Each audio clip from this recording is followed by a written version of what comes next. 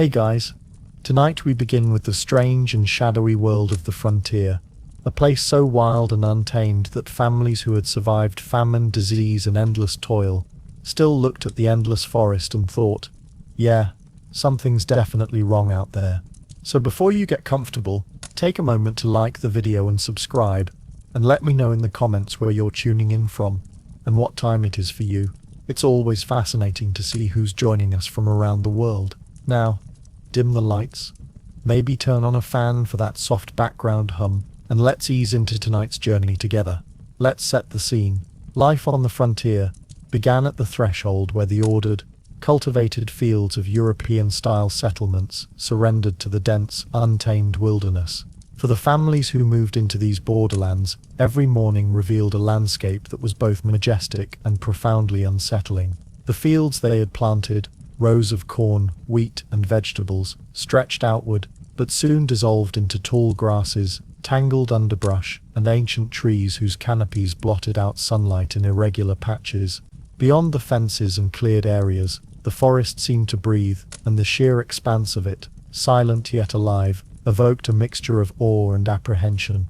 This was a place where human endeavor was dwarfed by time and nature. Even the most diligent laborers could only carve out temporary dominions against the persistent growth of the land. The first settlers' encounters with the wilderness were cautious. Wagons creaked over uneven ground, oxen stumbled on hidden roots, and women and children walked carefully, aware of the sudden dip of a ravine or the half-hidden burrow of a wild animal. Mist frequently hung low in the mornings, coating the trees in a ghostly veil that transformed every familiar shape into something unfamiliar. A fallen log could become a lurking predator.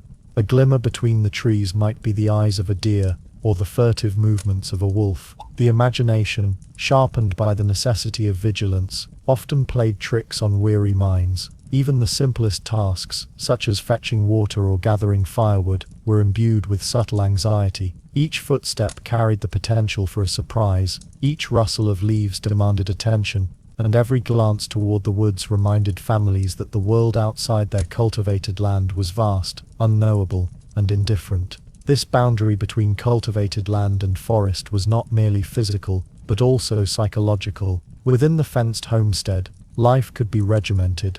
Children were taught domestic skills, gardens followed planned rows, and livestock were enclosed and monitored. Yet just beyond the fences lay unpredictability. Trees grew irregularly, rivers meandered in unexpected ways, and the cycles of nature, drought, flood, and storm, remained beyond human control. Settlers quickly realized that while their skills and labor could create order in small patches of earth, the wilderness itself required respect, humility, and constant attention. Nights were particularly revealing of the tension between human habitation and the untamed world. As the sun dipped below the horizon, shadows stretched long across the fields, and the forest seemed to exhale softly, releasing sounds that were subtle yet persistent. The whistle of the wind through pine needles, the distant call of a fox, and the rhythmic croak of frogs by a pond became a nightly orchestra of minor disquiet, a reminder that life outside human boundaries continued according to its own inscrutable rhythms. Morning routines reflected a constant negotiation with this presence. Families rose early, often before sunrise, and the day's work began while light was still muted and shadows clung to the edges of the fields. Adults carried a quiet vigilance. Men moved among fences and cleared plots, noting the tracks of animals, the subtle encroachment of weeds and saplings, and the sound of distant water that might signal a stream or a marsh. Women tended gardens and kitchens with a careful eye on the horizon, and children played near the cabin, but rarely strayed far. Even laughter, though present and necessary, was measured. The undercurrent of caution threaded daily life. It was a world in which joy and labor, care and fear, were inseparable companions. The wilderness represented a paradoxical force in frontier life. On one hand, it was a source of freedom and opportunity. Forests provided timber for homes, clearings yielded fertile soil, and streams supplied fresh water. Hunting, fishing, and foraging were possible, though demanding skills and patience. On the other hand, the same forests and fields held dangers that were constant, if often invisible. Predators roamed freely, and disease could lurk in water or in the air. Weather struck unpredictably, and the land itself, indifferent to human plans, could undo weeks of labor overnight. Even familiar paths could lead to disorientation, and a small misstep might have cascading consequences in a place where help was often miles away. The frontier, therefore, was a space where human ingenuity and labor were perpetually tested against the enormity and indifference of the natural world. Daily routines often became exercises in managing both tangible and intangible threats. Men would spend hours clearing brush and building fences, understanding that each tree felled was a temporary victory, for the wilderness was patient and persistent. Women, while overseeing domestic work, were keenly aware of the hazards posed by animals, unstable weather, and the potential for accidents in the home or garden. Even in rest, the presence of the forest was felt. The wind carried scents, sounds, and subtle movements that required attention. Life on the frontier demanded constant observation, a mental accounting of risks, and a disciplined response to uncertainty. Families quickly learned to read the signs of the wilderness. Animal tracks, changes in vegetation, and the behavior of birds and insects provided information essential for survival. Yet, even with knowledge, the forest retained its element of mystery. Fog could transform a familiar creek into a maze. A sudden animal cry might signal a predator, or simply the movement of an unnoticed deer. The mind, attuned to threats, could amplify uncertainty, creating a tension that was invisible but pervasive. This tension was not fear in the abstract sense. It was a practical, lived awareness of the vulnerability of life on the edge of the known. Evenings were marked by rituals that balanced domestic life with the reality of the surrounding wilderness. Fires were maintained for warmth, cooking, and protection, and children were called inside as shadows lengthened. Families shared stories, often recounting incidents of animals, storms, or illness that underscored the unpredictability of the land. These narratives reinforced the lesson that while human presence imposed temporary order, the wilderness remained beyond control. The rhythm of frontier life, from dawn to dusk, was therefore a continuous negotiation between the cultivated and the wild, between safety and threat, between the known and the unknowable. Thus, life on the edge of the frontier was a delicate equilibrium. The homestead offered safety and familiarity, yet it was always permeable to the untamed world beyond. Every sound, every shadow, every shift in weather reminded families of the wilderness that loomed large, a presence both sustaining and threatening. In this space, human labor and ingenuity met the persistence of nature in an unending dialogue, shaping routines, emotions, and expectations. The morning mist might lift, revealing sunlight glinting on leaves, but the consciousness of the unknown, of what lay beyond the cleared land, remained. This awareness passed from parent to child, shaped behavior, imagination, and caution. It was the first lesson of frontier life. Survival required respect for the untamed, attentiveness to its signals, and the recognition that the human domain was fragile, temporary, and provisional. Even as families planted crops and built cabins, the wilderness watched silently, indifferent, a constant presence that would shape every day, every night, and every moment of the long, uncertain frontier life. And from this constant awareness of what lay beyond the endless woods, the dark rivers, the shadows among the trees, emerged a deeper understanding, a preparation for the challenges and fears that awaited in the next chapter of life on the frontier. The tentative understanding of the wilderness that families developed at the edge of their cultivated land was only the beginning of the apprehension that settled deeply in the hearts of the first arrivals. These early settlers carried with them more than tools and provisions. They carried a mixture of hope and trepidation, an awareness that survival would depend as much on courage and skill as on fortune. Wagons arrived creaking under the weight of iron tools, wooden plows, seed sacks, and the fragile, carefully packed provisions that represented months of planning. Yet no measure of preparation could fully bridge the chasm between the known world they had left behind and the alien expanses that stretched outward into unbroken forest. Each tree towered like a sentinel, each underbrush thicket appeared impenetrable, and every winding path held secrets that no map could reliably convey.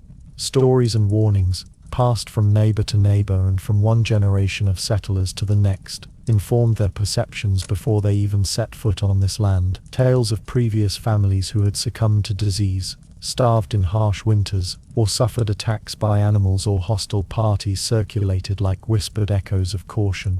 While some of these stories were exaggerated over time, their effect was tangible. They established a mindset of constant vigilance.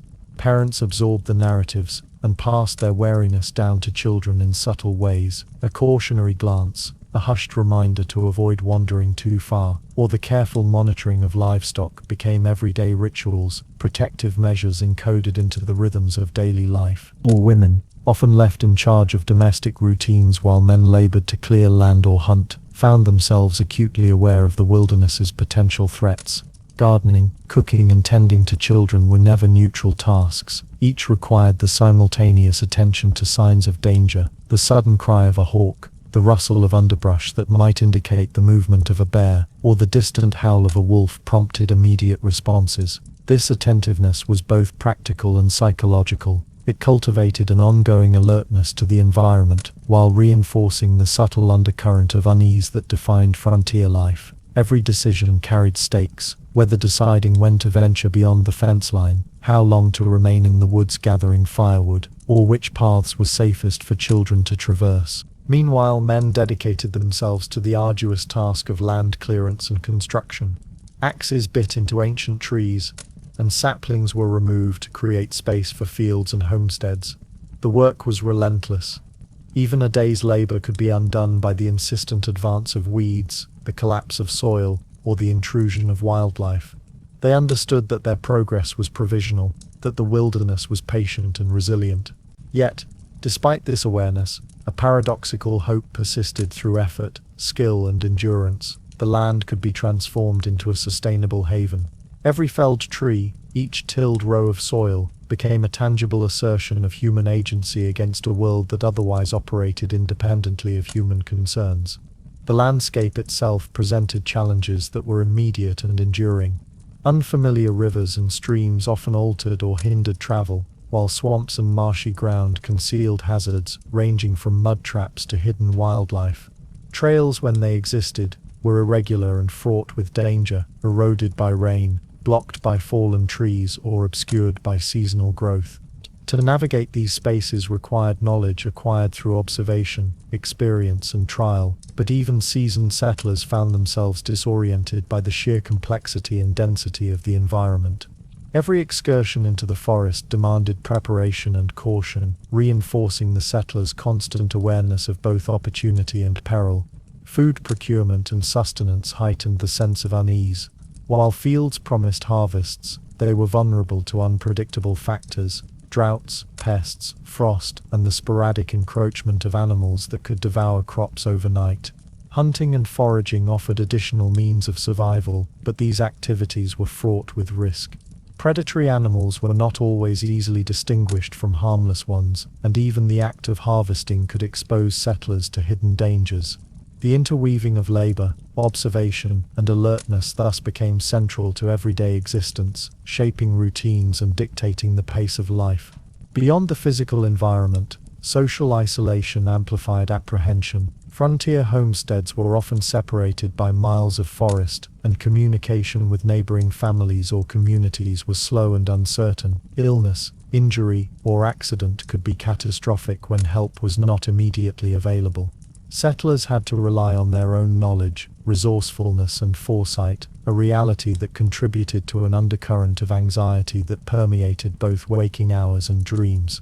The psychological weight of this isolation was as significant as the physical demands of frontier life, shaping behavior in subtle and enduring ways.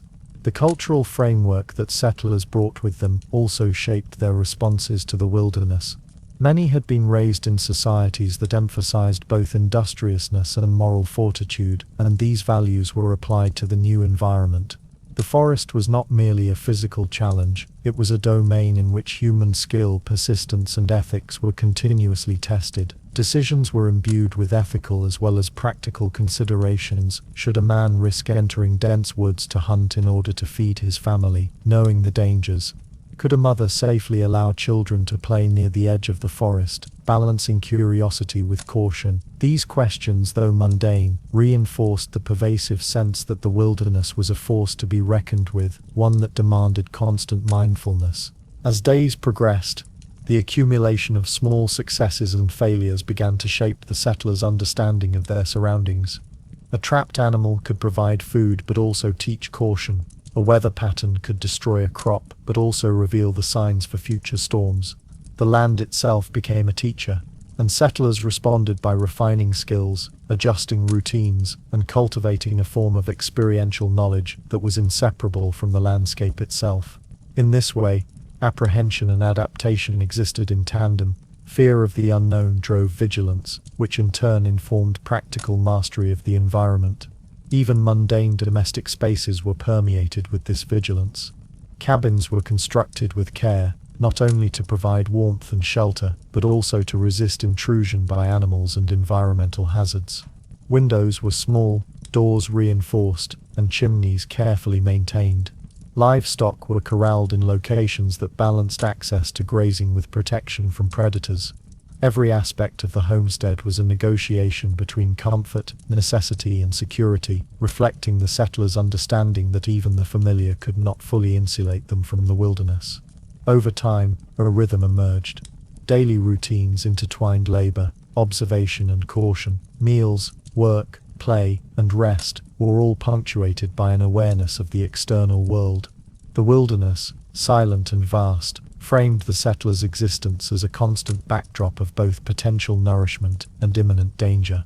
Apprehension became normalized, a companion that guided decisions, shaped social interactions, and influenced emotional states.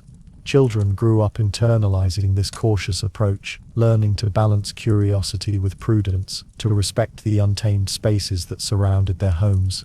Thus, the first settlers' apprehension was not merely fear, but a complex, layered awareness of the frontier's dual character. It was a recognition that the wilderness was a source of opportunity and sustenance, yet simultaneously a domain of unpredictable threats.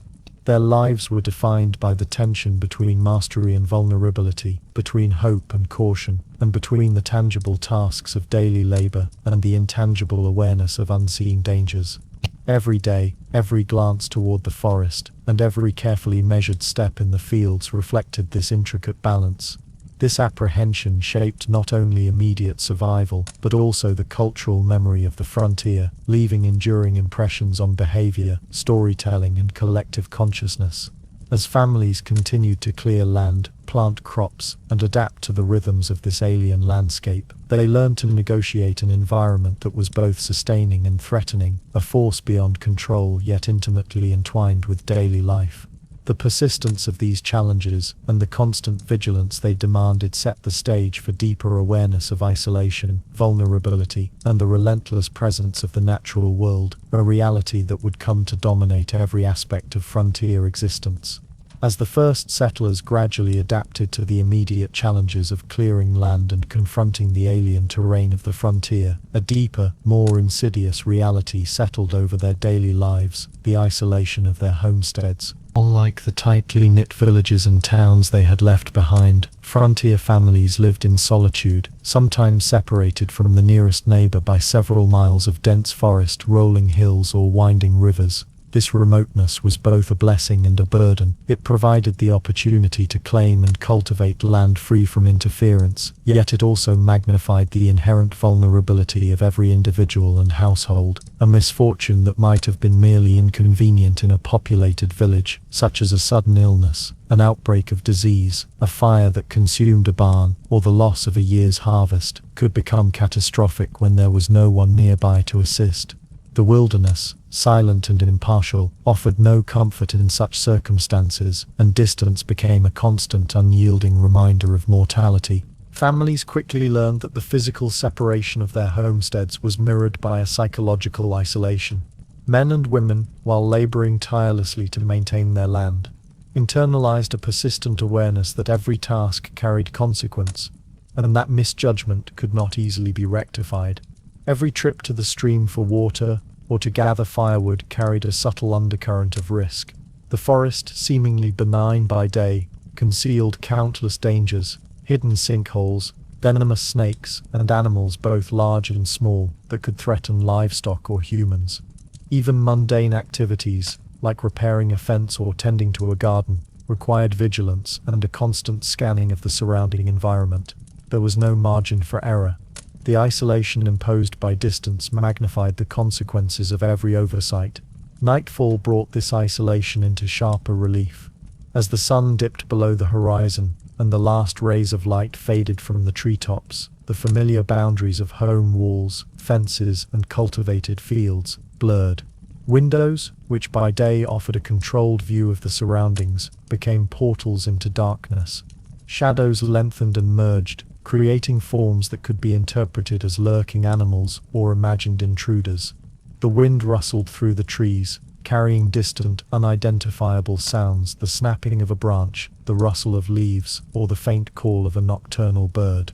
Each noise assumed an exaggerated significance, a subtle portent that the quiet homestead could be invaded, disturbed, or threatened. For parents, these sounds demanded attention not only for their own safety, but for that of children, who were particularly vulnerable to accidents and fright in such a forbidding environment. The psychological weight of isolation was reinforced by the unpredictability of human and environmental threats.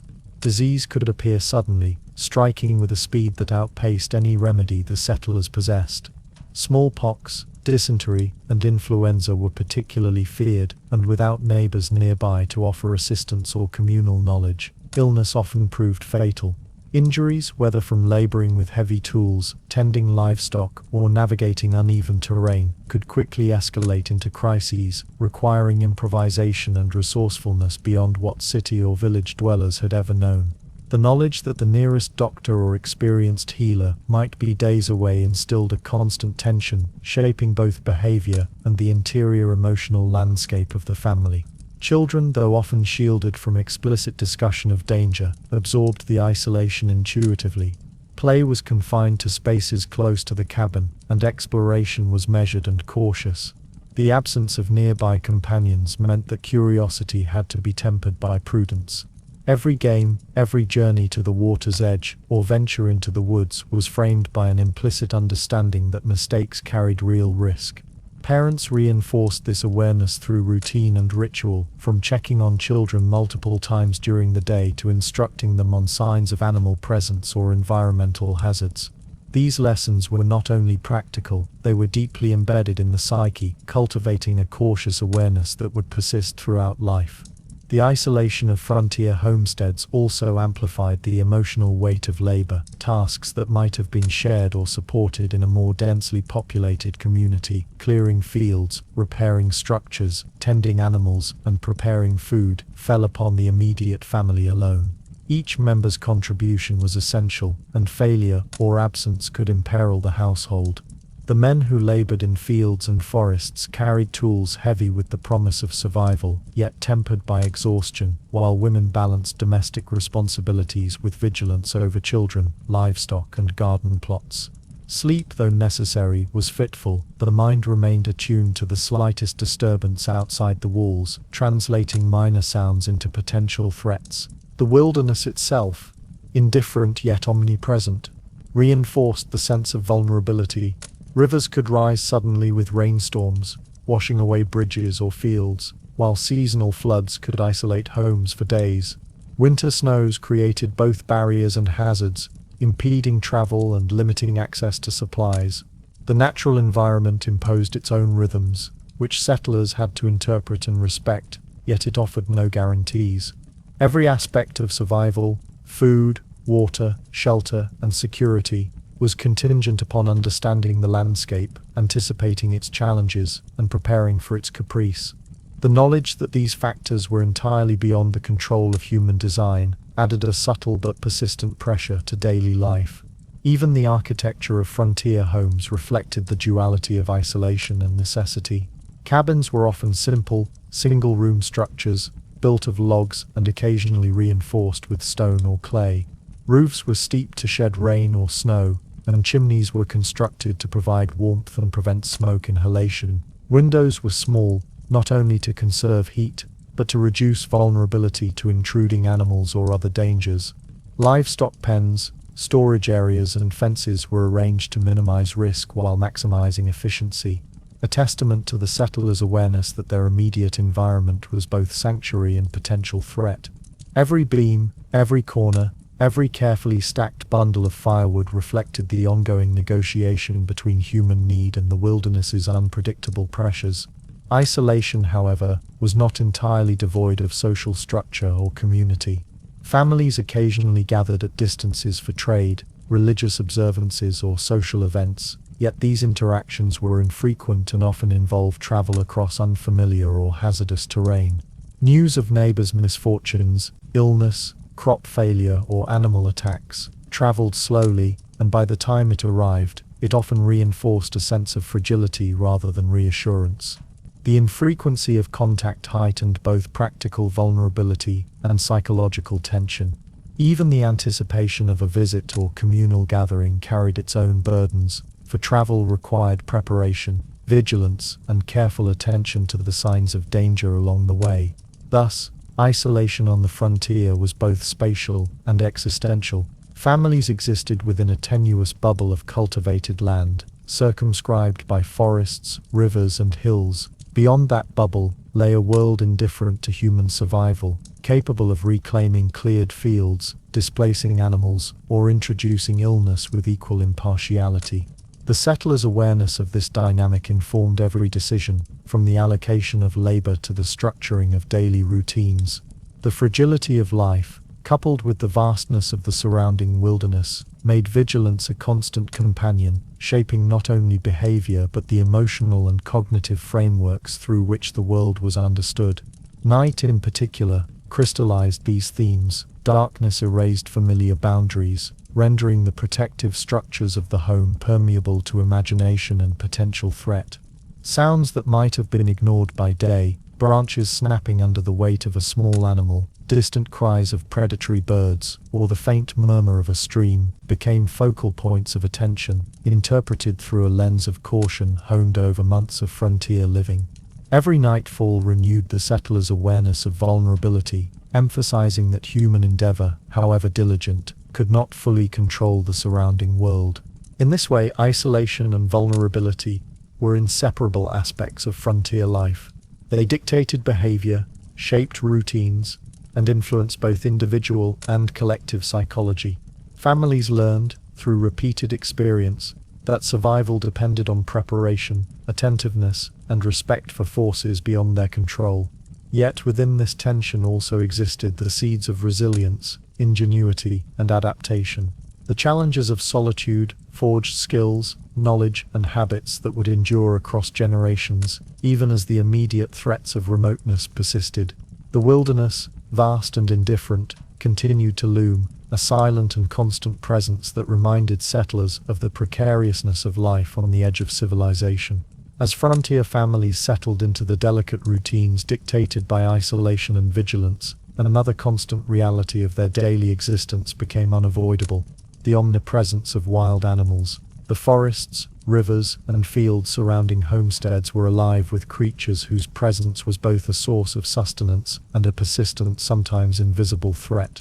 Wolves prowled the outer edges of cleared land, their silent movements and piercing howls a nightly reminder of the untamed wilderness. Bears wandered near homesteads with a combination of curiosity and brute force, capable of destroying crops or endangering livestock with little warning.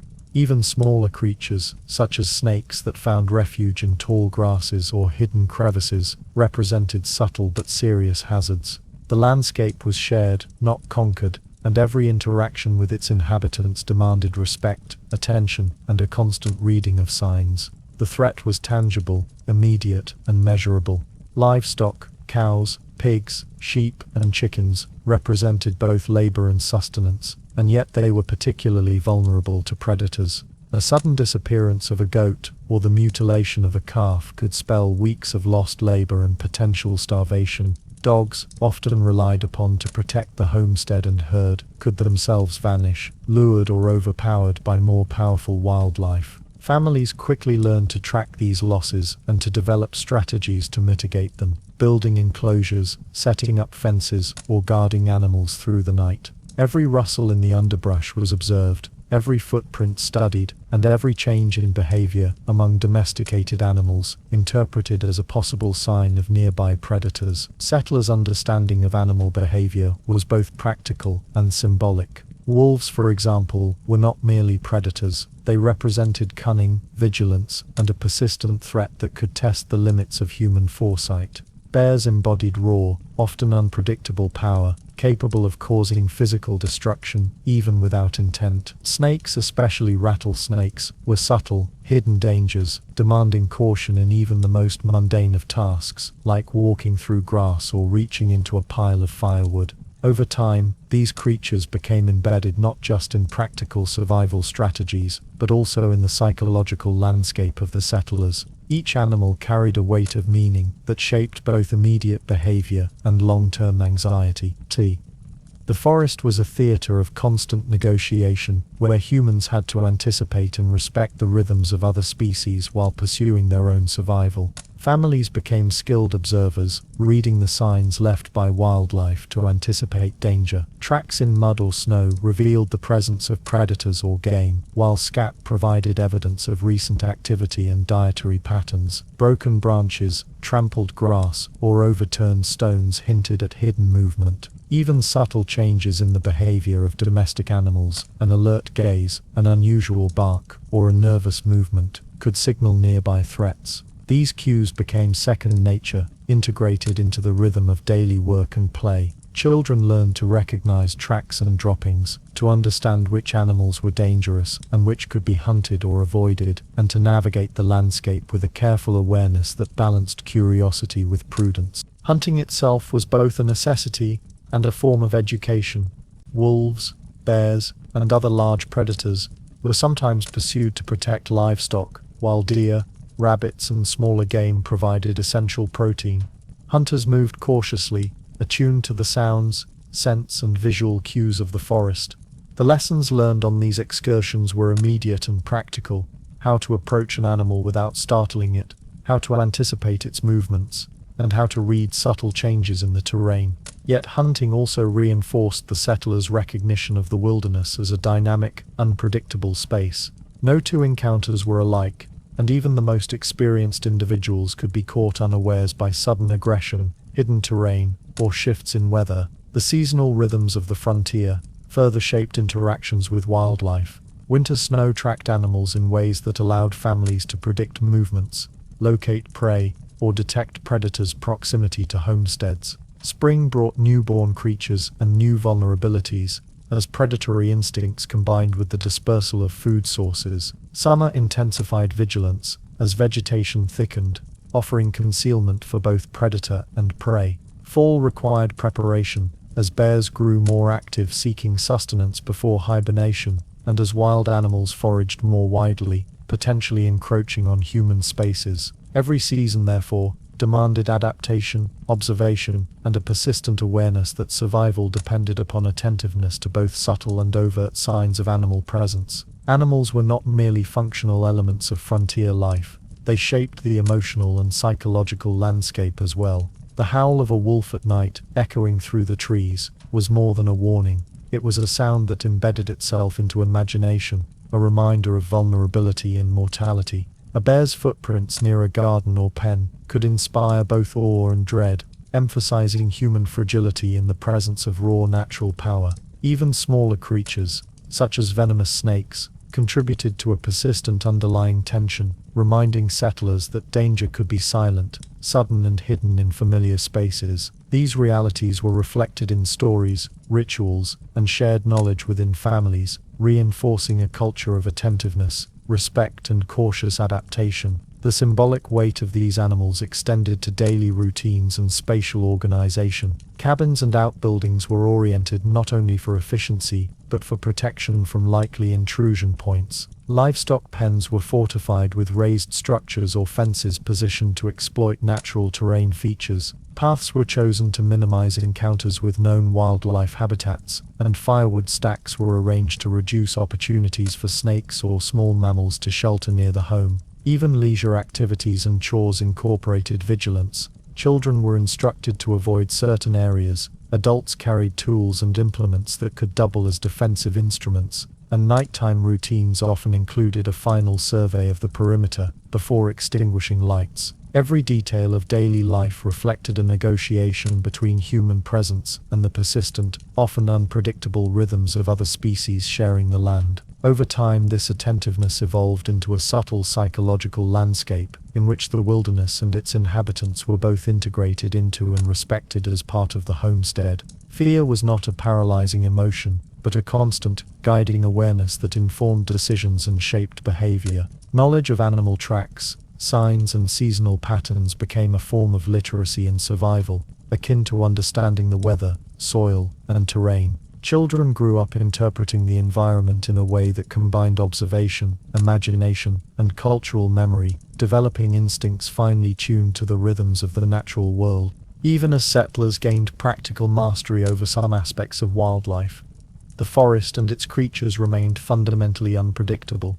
Wolves could shift territory, bears could emerge unexpectedly from hibernation areas, and snakes could inhabit previously safe spaces. This uncertainty, persistent yet manageable through observation and skill, ensured that life on the frontier retained its tension. Families balanced the potential for sustenance and companionship with the ever-present risk of injury or loss, navigating a complex web of interspecies interaction that demanded constant respect and awareness. Thus, the wild animals surrounding frontier homesteads were not mere background details. They were active participants in daily life, shaping labor, vigilance, emotional rhythms, and cultural memory.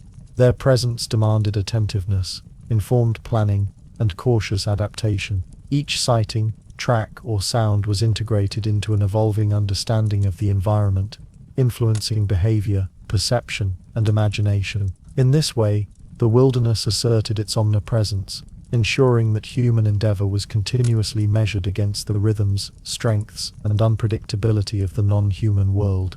The lessons learned from these interactions of caution, respect, and attentiveness would persist across seasons, years, and generations, forming an enduring layer of frontier consciousness. Beyond the tangible threats of wolves, bears, and snakes, frontier families were acutely aware of dangers that could not be seen, touched, or even anticipated with certainty. Disease was an ever-present, invisible force, woven into the landscape as inseparably as the soil itself. Settlers quickly learned that water, while essential for survival, could carry bacteria, parasites, and toxins that were imperceptible to the eye, yet deadly to those who consumed it. Streams, ponds, and rain-fed wells, often relied upon for drinking, cooking, and washing, became vectors of illness. The slightest misjudgment in sourcing or purifying water could result in diarrhea, dysentery, or fever that weakened the body and imperiled life. Families developed careful routines to protect themselves, boiling water when possible, avoiding stagnant pools, and observing the habits of wildlife to discern safe sources. But these measures were imperfect shields against a host of unseen hazards. Mosquitoes and other biting insects introduced further uncertainty, transmitting diseases such as malaria or fevers that would sap strength and threaten survival. Families recognized the seasonal patterns of these insects and adapted routines accordingly, avoiding outdoor labor during the hottest parts of the day, constructing simple barriers in homes, and keeping children and livestock under watchful care. Yet, despite these precautions, the risk persisted. Each swat at a mosquito, each effort to keep water clean, became a small ritual acknowledging the presence of invisible adversaries. The environment seemed indifferent to human effort, a constant reminder that life on the frontier was contingent upon both vigilance and fortune. The threat of epidemic diseases like smallpox loomed larger still. News of outbreaks spread slowly but carried profound weight. Families who had witnessed or heard of nearby infections understood the devastating potential of contagion. Entire homesteads could be incapacitated or wiped out within days, leaving survivors to contend with grief, loss, and the practical demands of maintaining the land. Vaccination and inoculation, where available, were rudimentary and often inaccessible on the frontier, leaving families to rely on quarantine, herbal remedies, and the fragile strength of human constitution. The knowledge that help, medical or otherwise, was often days if not weeks away intensified the tension. embedding a quiet, persistent anxiety into daily life. The environmental conditions of the frontier exacerbated vulnerability to illness. Damp soil, shaded by thick forests, retained moisture that encouraged the growth of mold, fungi, and other pathogens. Stagnant ponds, marshy edges, and low-lying fields became incubators for bacteria, contaminating not only water, but the very soil in which families planted crops. Houses themselves, constructed of wood, and often hastily assembled, provided little protection against exposure to the elements, or the infiltration of pests that carried disease. The very land that offered sustenance also concealed dangers, creating a constant tension between utility and threat. Families adapted through routine and observation, developing practical knowledge of what seemed safe and what should be avoided. Water sources were monitored for clarity, smell, and signs of animal activity.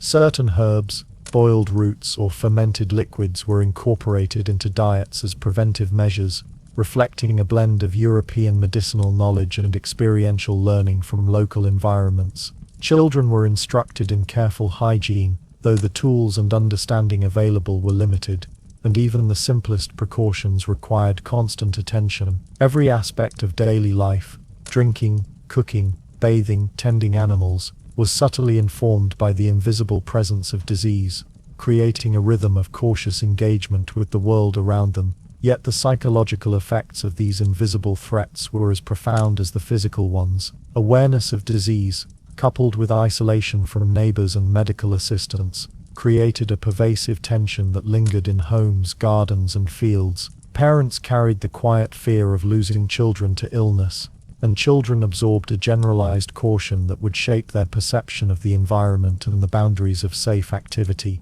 Moments of apparent calm were never entirely free from vigilance. The splash of water drawn from a stream, the sudden fever of a household member, or the lingering smell of damp earth could trigger subtle reminders that the unseen world of microbes and insects was always present, always watching, and always indifferent to human planning or effort. The frontier also magnified the interplay between visible and invisible threats. A sudden downpour that flooded fields or weakened structures could produce conditions conducive to disease, while simultaneously creating opportunities for predators to approach livestock. The confluence of environmental and biological hazards reinforced a sense of precariousness that was never fully dissolved by labor, vigilance, or skill. Settlers learned that survival was not simply a matter of conquering the land, but of continuously negotiating its inherent dangers, both seen and unseen. Families developed coping strategies that were part practical, part psychological. They maintained daily routines with careful attention to hygiene, food preparation, and water safety, while also cultivating communal knowledge about local hazards. Herbs, poultices, and simple remedies were integrated into the household, representing both tradition and adaptation. Observation of wildlife provided indirect clues about environmental safety. The presence of frogs or certain birds could indicate clean water, while the sudden absence of these animals could suggest contamination or ecological imbalance. These practices, though imperfect, were essential tools for managing uncertainty and mitigating invisible threats. Over time, the presence of disease shaped the cultural memory of the frontier. Stories of lost family members, sudden fevers, or miraculous recoveries became embedded in the narratives shared around the hearth. These accounts reinforced a mindset of respect, caution, and preparedness, influencing subsequent generations. Even the rituals of daily labor, drawing water, tending gardens, watching over children, were infused with awareness that danger could arise from the most ordinary actions. Survival depended not only on strength, skill, or courage, but on persistent attentiveness to the subtle, often imperceptible signs of the environment. The combination of isolation and invisible threats also amplified the sense of human fragility. In a homestead, surrounded by forest, distance from neighbors meant that any health emergency could escalate unchecked. A single infection could incapacitate a family, a mismanaged fever could prove fatal, and a minor injury could trigger cascading complications without medical support. The wilderness, silent and impartial, offered no intervention or consolation. Every routine task, drawing water, tending crops, caring for livestock was an engagement with forces beyond direct control, a delicate negotiation between human effort and the indifference of the natural and microbial world. Thus, disease and invisible threats became an inseparable part of frontier life. They shaped not only practical decisions about water, food and hygiene, but also the emotional and psychological framework of survival. Families existed in a constant quiet tension, balancing the necessity of engagement with the land against the persistent awareness of vulnerability. The lessons learned from living with these unseen dangers, vigilance, adaptation and respect for forces beyond human control, would resonate through daily routines, social structures, and cultural memory, defining the rhythm and character of life on the edge of the known world. While adults contended with the tangible and invisible threats of the frontier, predators, disease and unpredictable weather, the children of these homesteads experienced a subtler, more pervasive danger, the psychological burden imposed by life on the edge of the wilderness. From infancy, their lives were shaped by vigilance, instruction, and a persistent awareness that the world beyond the cabin walls was unpredictable, often indifferent, and occasionally perilous. Play, which in other settings might have been spontaneous and carefree, was tempered by parental oversight and a deeply ingrained understanding that curiosity carried risk. The very act of running through a field, venturing toward a tree line, or exploring a creek bed became an exercise in measured judgment. Children learned almost from instinct to weigh freedom against caution, to balance the exhilaration of exploration with the subtle, often unspoken warnings conveyed by adults. Stories told around the hearth, which adults intended as lessons, became formative elements of imagination. Tales of missing neighbors, animals that vanished mysteriously, and sudden accidents created a complex landscape in which wonder and fear were inseparable. A lost goat, an overturned canoe, or a wandering child could be recounted with a mixture of gravity and solemnity, emphasizing both the unpredictability of the wilderness and the necessity of attentiveness. These narratives were more than mere entertainment. They functioned as social and psychological scaffolding, teaching children about boundaries, the consequences of carelessness, and the omnipresence of danger. Even when playing, children interpreted the forest not only as a site of potential discovery, but as a living, watchful entity, capable of testing, punishing, or teaching through circumstance. The environment itself contributed to this psychological weight. Trees towered above, dense canopies obscuring sunlight, casting shifting shadows that could transform ordinary shapes into looming threats. Streams gurgled with the quiet menace of deep or slippery waters. Animals prowled unseen, leaving traces that suggested presence but rarely provided reassurance. Every sound, a snapping twig, the distant call of a predatory bird, or the rustle of leaves was catalogued, interpreted, and remembered. Over time, children developed an intimate, if anxious, literacy of their surroundings, learning to discern threats from benign phenomena. Yet, this awareness, acquired at a formative age, carried its own psychological cost. The wilderness was not simply a playground, it was an omnipresent, morally ambiguous character in their daily lives. Dreams and nightmares reflected this constant tension. Children slept in simple cabins, often sharing small spaces with siblings or parents, where the sounds of wind, creaking timber, or distant animal calls permeated even the most secure rooms. These auditory stimuli, combined with memories of stories and daily warnings, seeped into sleep, shaping dreams that mirrored both the dangers of the day and the fears of the imagination. Wolves might appear at the edge of a field, bears in the garden, or unseen threats lurking beneath the floorboards. These nocturnal visions were not merely frightful, they were a psychological rehearsal, a space in which lessons of caution, attentiveness, and respect for the environment were reinforced in ways both conscious and unconscious. Parental behavior reinforced these patterns.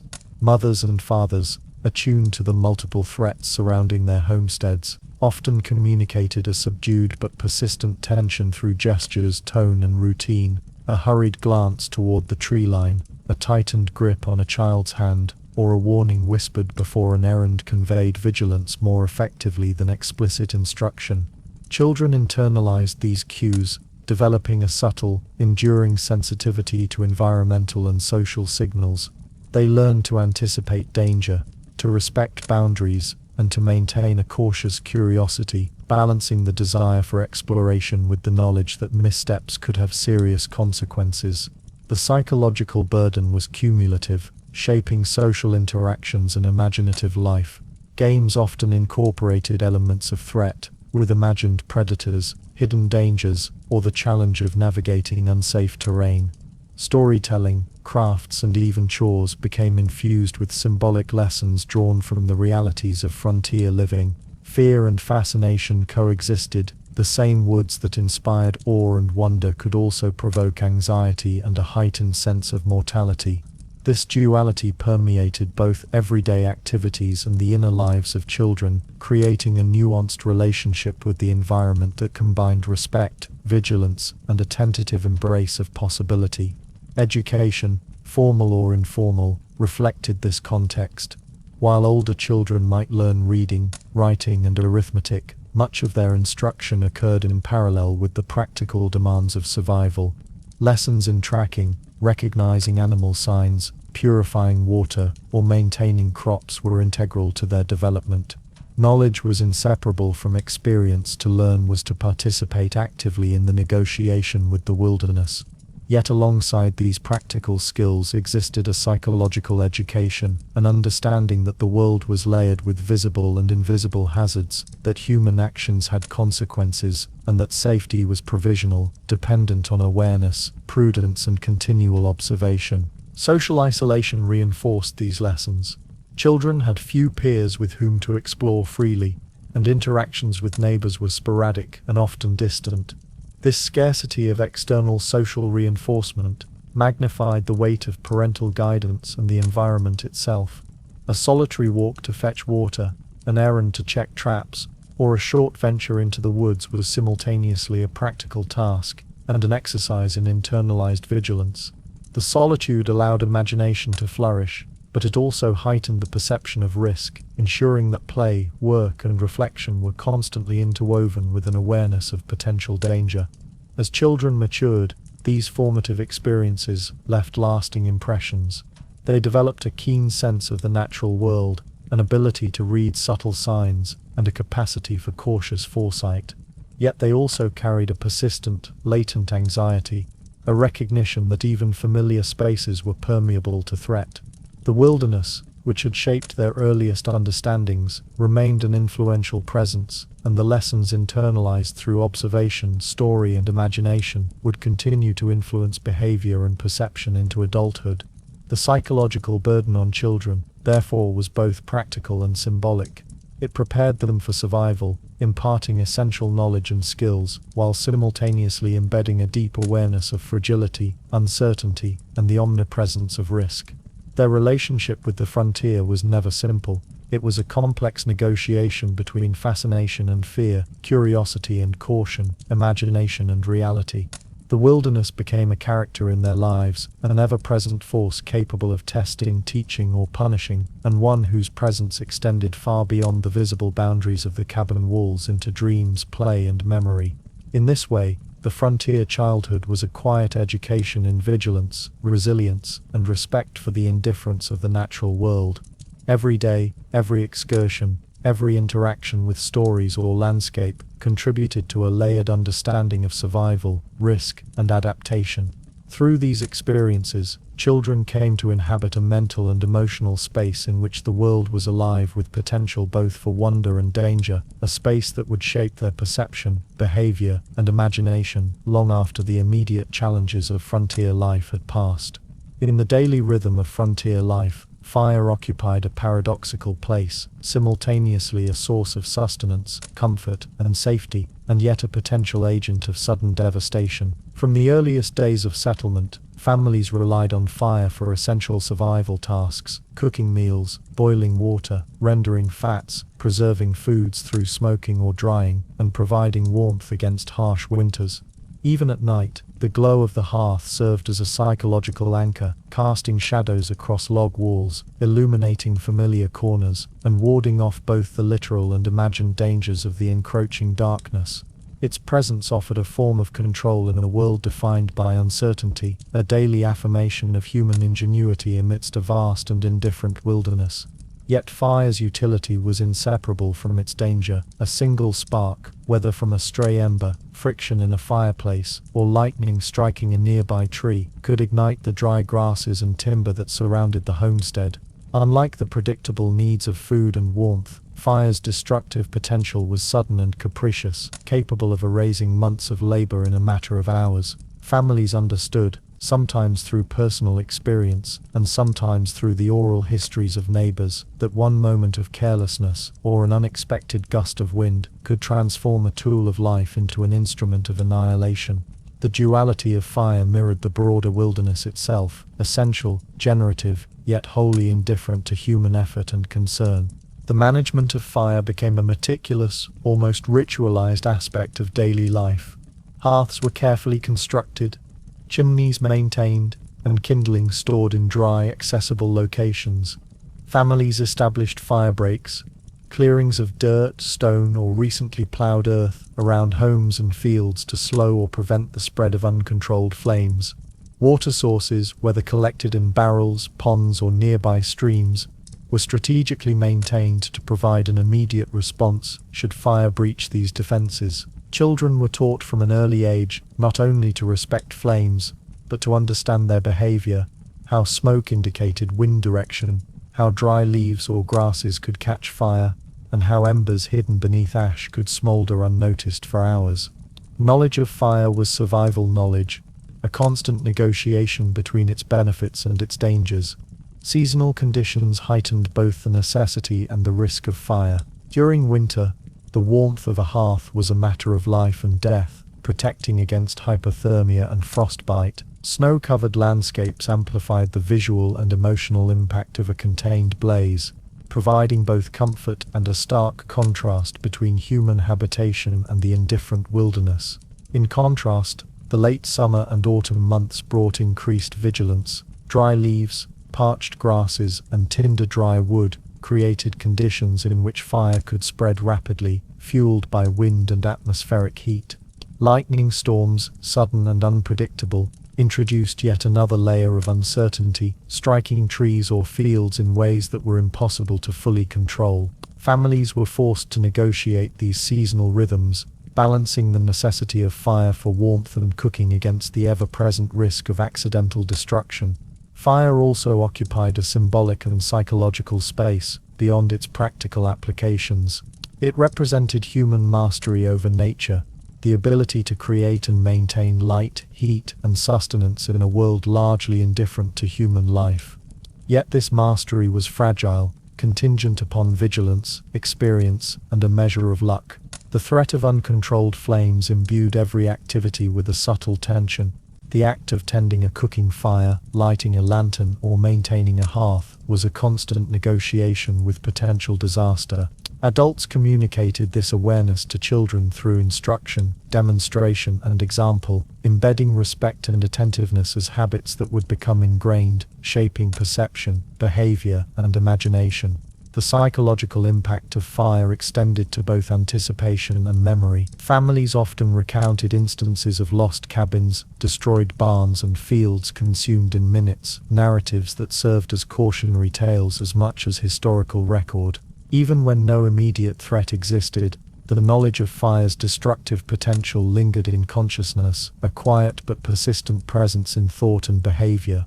This awareness influenced the organization of homes, the placement of buildings, and the layout of fields, embedding a layered understanding of risk and contingency into daily routines. The duality of fire, life-giving and destructive, mirrored broader themes of frontier existence, in which human ingenuity existed in constant tension with the indifference and volatility of the natural world. Beyond domestic concerns, fire also intersected with broader environmental dynamics. Controlled burns were occasionally used to clear underbrush, manage fields, or drive game, yet such practices required precise knowledge and attentiveness. A miscalculation could transform a deliberate tool into an uncontrollable hazard. erasing not only crops but forested areas, livestock enclosures, and in the most extreme cases, entire homesteads. Observations of natural fire patterns, wind behavior, and the moisture content of surrounding vegetation became a critical form of local knowledge, passed down orally or learned experientially.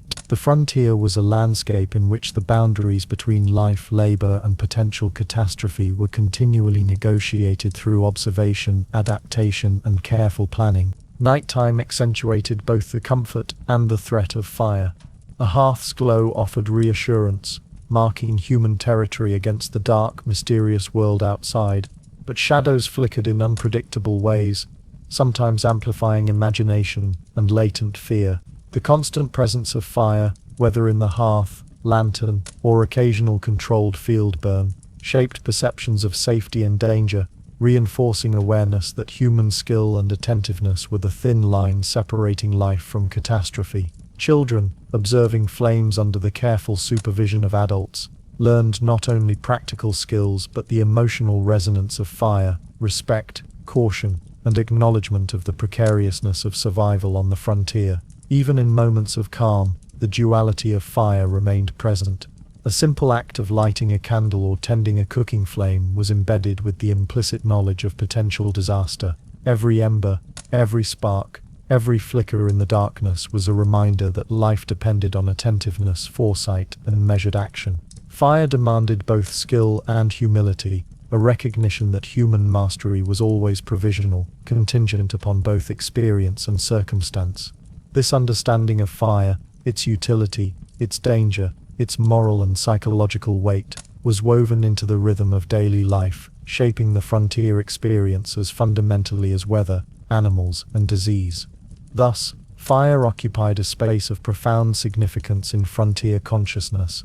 It was friend and foe, teacher and reminder, a constant presence that demanded respect, discipline, and imagination. Through careful management, observation, and ritual, families harnessed fire to meet essential needs, yet they remained acutely aware of its volatility, never fully assured that control was permanent or absolute.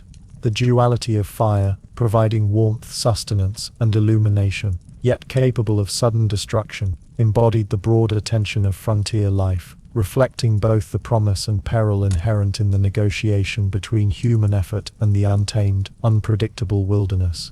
Beyond the controlled dangers of fire and the threats posed by predators, the forest itself constituted one of the most profound and persistent challenges to frontier families. To the settlers, the woodland was neither inert nor passive. It was a living labyrinth, vast and ever-changing, imposing its own rules and rhythms on human endeavor.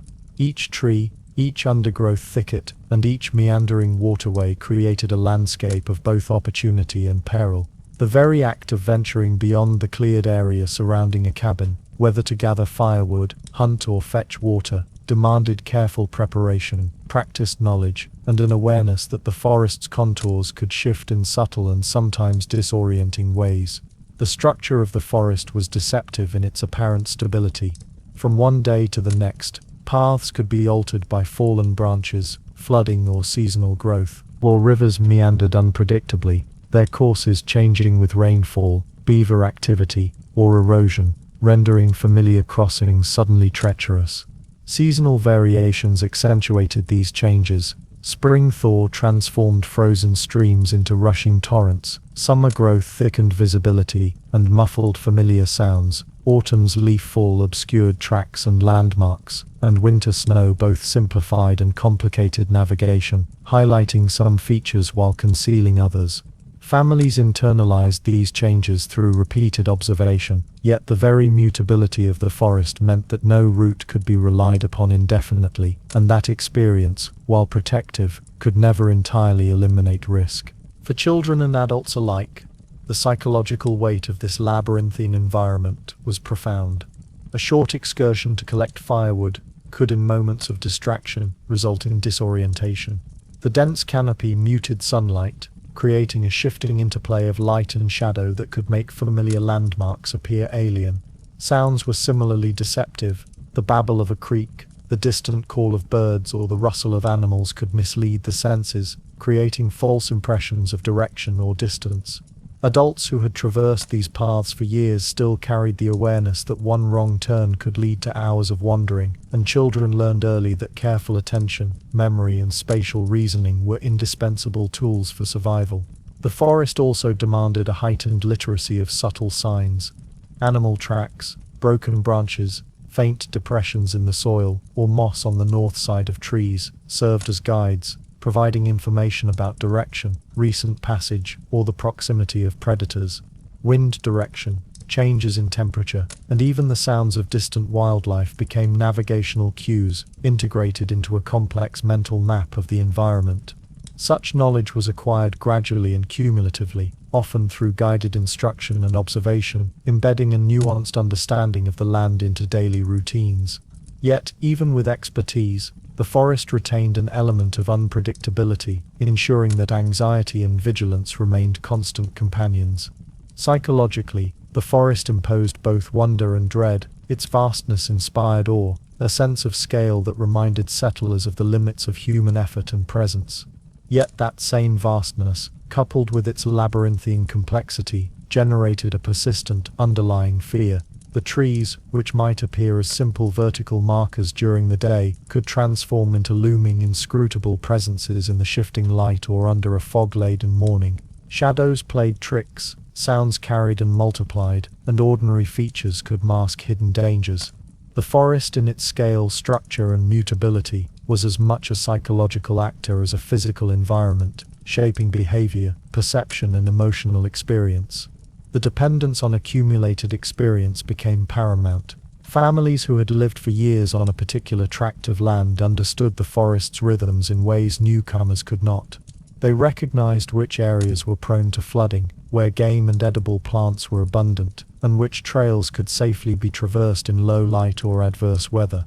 Yet, even this knowledge was never absolute. Storms could fell trees, erasing trails, beaver activity could create new wetlands, and seasonal growth could conceal landmarks. The psychological tension of being simultaneously knowledgeable yet perpetually vulnerable infused daily life, creating a delicate balance between confidence and humility in the face of the natural world. Practical routines reflected this duality. Collecting firewood required not only physical effort but strategic awareness, selecting trees that were both suitable for fuel and safe to fell, transporting logs without becoming trapped or injured, and returning along known routes that minimized exposure to potential hazards. Hunting and foraging demanded similar attentiveness, requiring a careful reading of terrain, animal behavior, and weather conditions. Even seemingly mundane tasks such as gathering herbs, inspecting fences, or checking traps were suffused with the knowledge that the forest structure could change unexpectedly, introducing risks that were invisible until confronted. Children, in particular, internalized the forest's lessons in ways that extended beyond practical navigation. Play was guided by the same principles of vigilance and respect that governed adult labor. Imaginary adventures incorporated real-world dangers, with games often echoing the movements of predators, the concealment of paths, or the hidden obstacles of the terrain. Stories and oral histories reinforced these lessons, embedding an understanding of the forest as a sentient, mutable environment in both memory and imagination.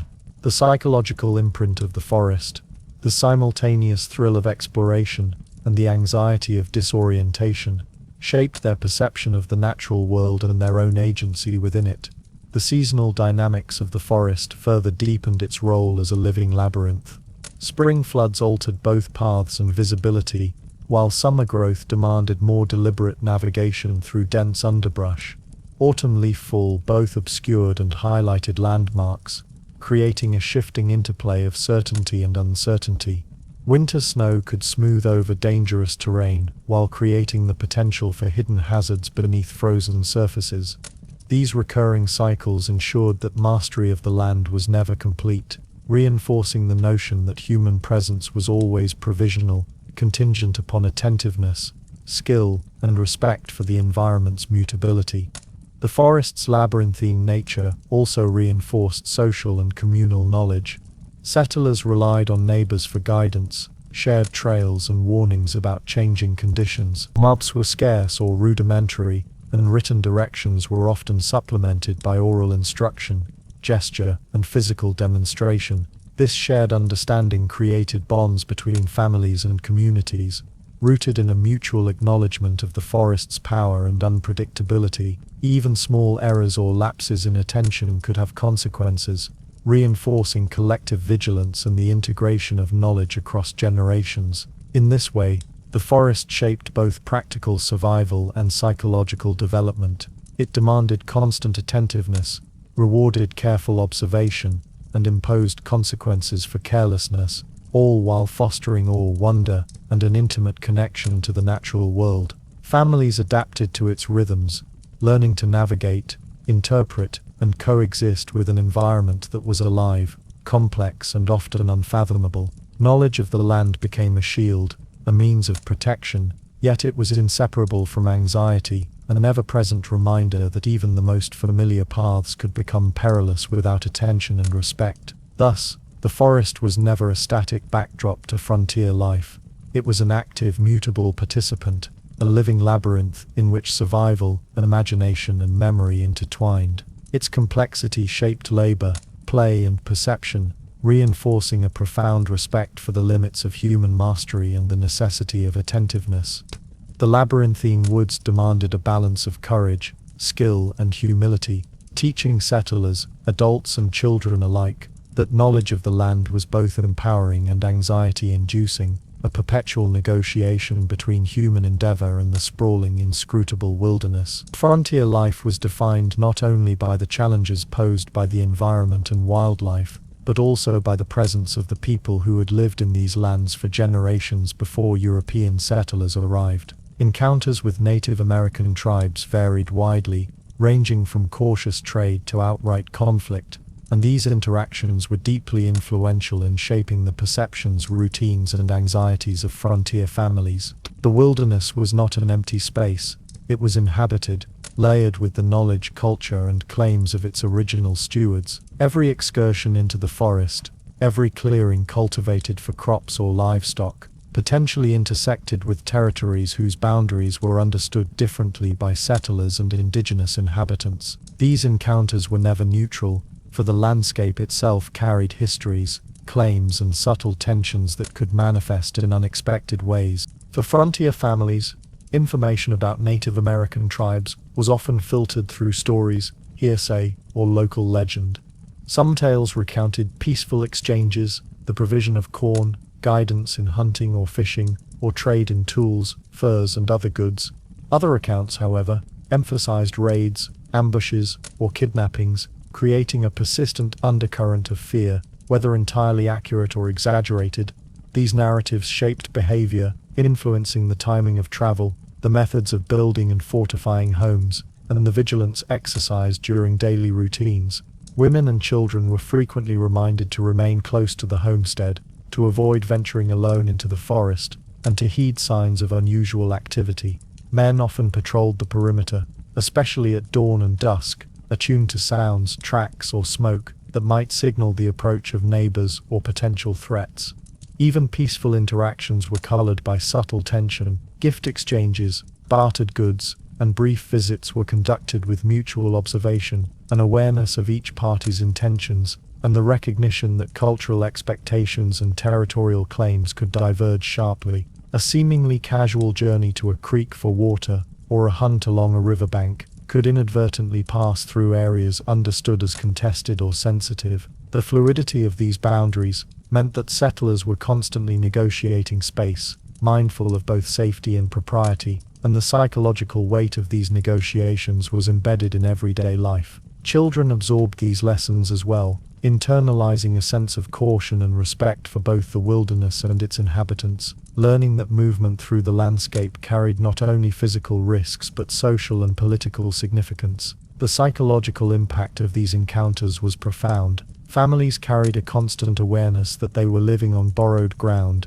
even in territories claimed through land grants or colonial charters. The wilderness, while daunting in its ecological and physical challenges, was also socially and politically charged, inhabited by people whose presence and practices were often misunderstood or misrepresented. The intersection of these realities, nature's hazards, the threats posed by disease and predators, and the human complexities of indigenous settlement created a layered, ongoing tension that shaped the rhythm of frontier life. Men, tasked with defending homesteads and maintaining fields, engaged in both practical and symbolic forms of vigilance. Dawn and dusk patrols were not simply exercises in physical security, they were meditative acts, integrating observation, interpretation of tracks and anticipation of potential encounters. Signs in the landscape, a newly broken branch, footprints in mud, smoke curling in the distance were read as indicators of presence, and decisions were made accordingly to advance, retreat, or remain hidden. The cognitive load of interpreting these subtle signals, combined with the demands of physical labor, created a persistent awareness that safety was provisional, dependent on both skill and situational intelligence. Women who often managed domestic labor, gardens and children, also navigated these tensions. Even in ostensibly safe spaces, the potential for intrusion, human, animal, or environmental, required constant attentiveness. Knowledge of sound, movement and timing became a part of daily routine. The difference between the wind in the trees and the approach of unfamiliar footsteps could mean the difference between calm and alarm. Children, closely observing these behaviors, internalized a heightened sense of environmental literacy and situational awareness. Lessons were both explicit and implicit. Through stories, instruction, and modeled behavior, children learned to respect the presence of others, understand signals of movement or threat, and integrate this knowledge into their own activities and play. Trade and alliances, when successful, provided essential resources and knowledge. Settlers could obtain furs, foodstuffs, and guidance on local flora and fauna, while indigenous tribes could access tools, metals, or other European-introduced goods. These exchanges, however, required a nuanced understanding of etiquette, respect, and reciprocity, as failure to adhere to expectations could provoke tension or conflict. The cognitive and emotional labor involved in navigating these interactions added another layer to the already complex frontier experience, requiring constant attentiveness, empathy, and strategic thinking. Conflict, when it arose, was often unpredictable, reinforcing the perception that the wilderness and its human inhabitants were intrinsically intertwined in danger. Raids, misunderstandings, or the movements of other settlers could provoke hostilities, creating moments of acute threat that contrasted sharply with routine days of labor or play. The potential for such events contributed to the psychological landscape of the frontier. Vigilance, awareness of the environment, and sensitivity to subtle cues were continuously reinforced, shaping the behaviors, perceptions, and imaginations of all family members. The frontier, therefore, was not merely a site of environmental hazard, it was a social and political space, layered with histories, claims, and interactions that demanded negotiation, adaptation, and respect. Families learned to read both natural and human signs, to interpret movements, gestures, and sounds, and to integrate these observations into their daily routines. The psychological and practical lessons derived from encounters with indigenous peoples were inseparable from the broader experience of frontier life, reinforcing a continuous awareness of risk, interdependence, and the fragile balance between survival and calamity. In this way, interactions with indigenous tribes shaped frontier consciousness as deeply as wolves, fire, or disease. The wilderness was not neutral, it was socially inhabited, and every step into the forest or field carried implications for safety, resource acquisition, and social negotiation. Families internalized these dynamics, weaving them into routines, instruction, play, and imagination,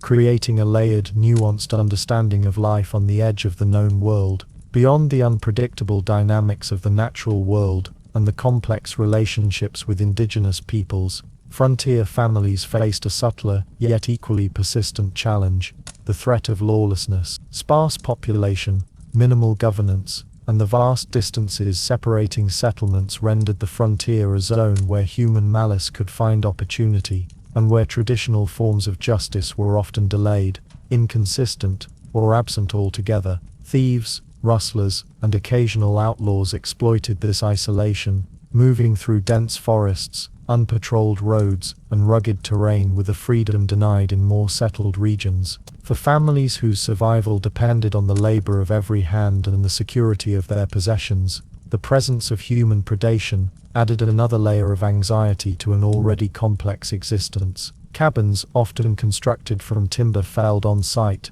became both homes and fortresses. Doors were reinforced with thick wooden planks, locks improvised from ironwork scavenged from distant towns, and windows shuttered against both wind and intruders. Families developed a keen sense of defensive spatial awareness, strategic placement of beds and storage, careful monitoring of paths leading to the homestead, and even rudimentary alarm systems, bells, dogs, or suspended tin pieces, that would signal unusual movement in the night. These practices were born not from paranoia alone, but from necessity, a recognition that the wilderness did not discriminate between threats from nature and threats from human intent.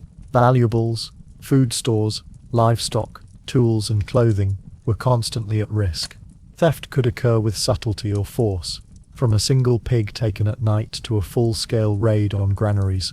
The consequences of loss were immediate and severe, affecting the ability of a family to survive the coming weeks or months. Knowledge of prior incidents, whether in neighboring homesteads or recounted through regional tales, created an ongoing psychological tension. Parents internalized a dual awareness: the need to trust human decency for cooperation and support, and the need to anticipate deceit or opportunistic violence in a landscape where oversight and enforcement were minimal. Patrols, local militias, and traveling lawmen were rare, delayed, or inefficient, making self-reliance a central principle of security. Families often shared information regarding suspicious individuals, tracks in the soil, or unexplained fires and noises. Children, while shielded from the most dangerous responsibilities, observed these practices and absorbed lessons in vigilance, observation, and social negotiation. Even simple errands, walking to a neighbor's cabin, or collecting water,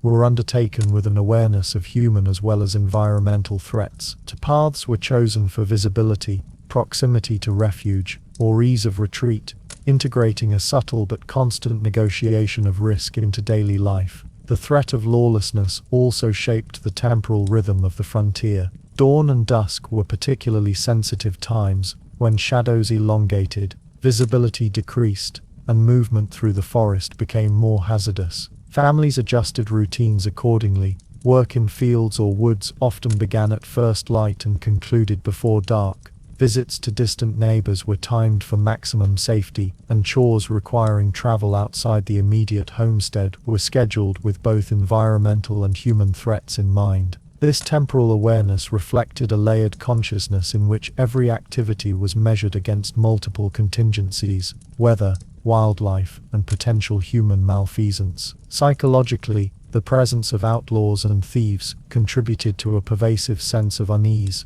a constant awareness that danger could emerge, not only from the wild, but also from the moral ambiguity of other humans. Unlike animals, whose intentions were predictable in their drives for food or survival, human malice was less certain, harder to anticipate, and more consequential. Stories of isolated families ambushed, wagons robbed, or stolen livestock appearing miles away reinforced the importance of caution and preparedness. These narratives were both warnings and tools for education, embedding principles of vigilance, observation, and prudent suspicion in daily life. Even in moments of apparent calm, the possibility of intrusion shaped behavior and domestic organization. Storage areas were routinely checked, entry points inspected, and movement within the homestead deliberately monitored.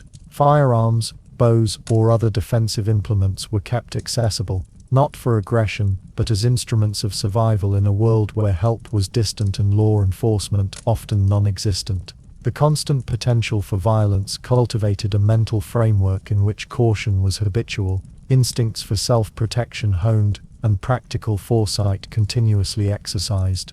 Communal ties became a critical bulwark against the unpredictability of human malice. Neighbors shared information about strangers, pooled resources for temporary watches, or assisted in securing barns and fields during vulnerable periods. These social networks provided both practical protection and psychological reassurance, reinforcing the principle that collective vigilance mitigated risk. Yet the remoteness of homesteads meant that such support was rarely immediate or guaranteed.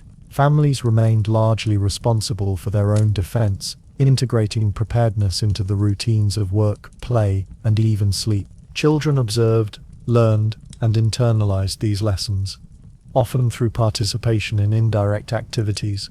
The careful observation of tracks in soil, the interpretation of noises at night, or the subtle adjustment of routine movements became part of their education. Play often mirrored these practices.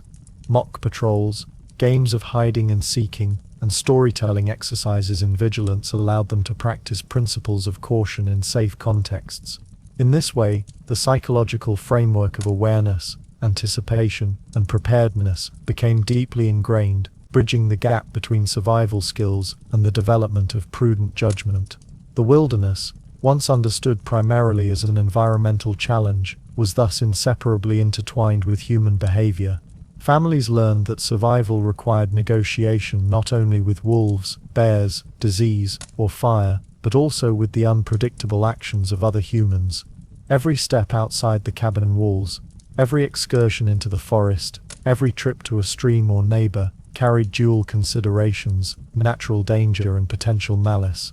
The frontier was a space of layered threats, where vigilance was not merely precaution, but a necessary condition for life itself.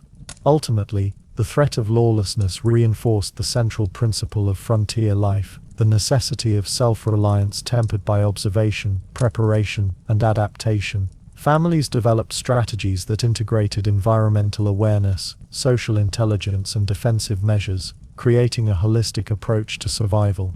The psychological burden of anticipating both natural and human threats was ever present, shaping routines, behaviors, and imagination alike, and ensuring that even moments of domestic calm carried with them the quiet recognition of precariousness. In this way, lawlessness became a defining feature of the frontier, not only in incidents of crime or violence, but in the subtler, persistent influence it exerted on thought, behavior, and communal practice. Human malice existed alongside environmental danger, fire, predators, and disease, creating a complex, multi-layered landscape of risk. Families learned, adapted, and persisted within this challenging context, weaving vigilance, preparation, and communal knowledge into the very fabric of daily existence. The rhythm of frontier life was inseparably intertwined with the rhythm of the seasons, each transition introducing new hazards that tested both skill and endurance. While daily life demanded constant vigilance, it was the cyclical pattern of nature that imposed the most persistent and psychologically profound challenges. Each change in weather, each subtle shift in temperature or daylight, required foresight, adaptation, and careful planning. Settlers quickly recognized that survival was not merely a matter of immediate labor or defensive measures, but of anticipating and preparing for the inevitable progression of the year. Spring, for instance, arrived with the promise of renewal and growth, yet it brought dangers that were often subtle but no less threatening. Melting snow and seasonal rains caused streams and rivers to swell unpredictably, washing out paths that were relied upon for trade, communication, and travel. Wooden bridges, often constructed hastily from local timber, could be undermined by rising water or swept away entirely, isolating families from neighbors and essential supplies. Fields newly plowed for planting could become waterlogged, and structures weakened over the winter by frost or decay could collapse under the pressure of saturated soil.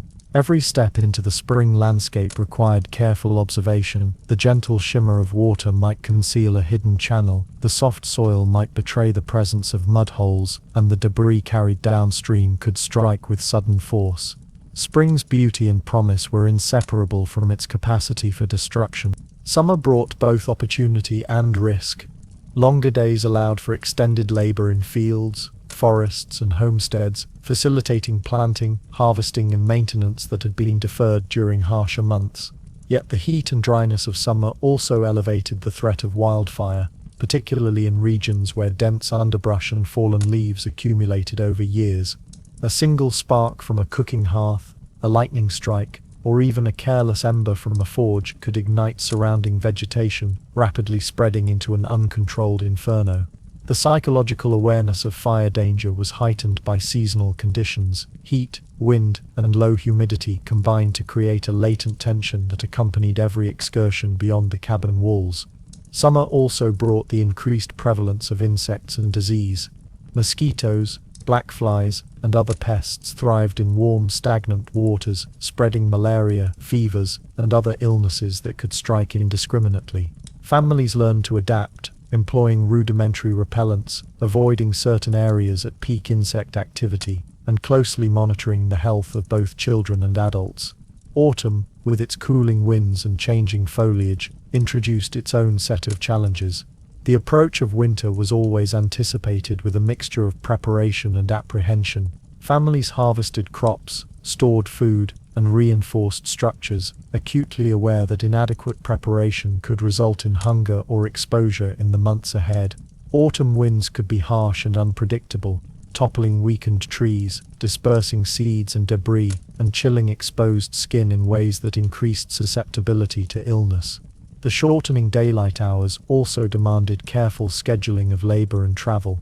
Tasks had to be prioritized, with understanding that failure to complete essential preparations before the onset of winter could have immediate and long-lasting consequences. Psychological vigilance became intertwined with practical labor. Every decision carried weight, and every oversight could be compounded by the relentless march of the season. Winter, perhaps the most formidable of all seasons, imposed a unique combination of physical and psychological strain. Snow and ice could isolate families for days or weeks, rendering paths impassable and cutting off contact with neighbors or supply routes. The weight of snow threatened the integrity of roofs and fences, while extreme cold posed immediate dangers of frostbite, hypothermia, and illness. Families relied on stored firewood, dried food, and preserved meats, yet even these precautions required constant attention. A depleted supply or a poorly managed hearth could result in catastrophe. Winter storms were unpredictable and often violent, their intensity magnified by the vast openness and isolation of the frontier landscape.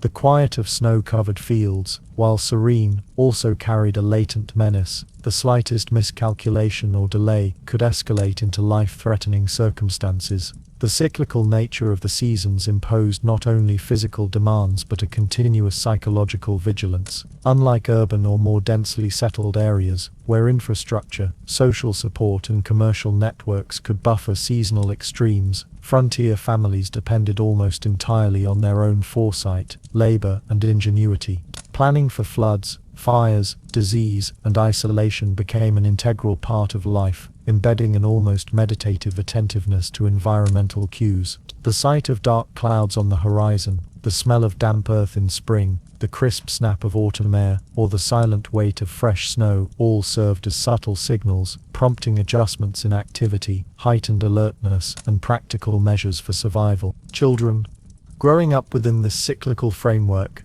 internalized these seasonal rhythms early in life.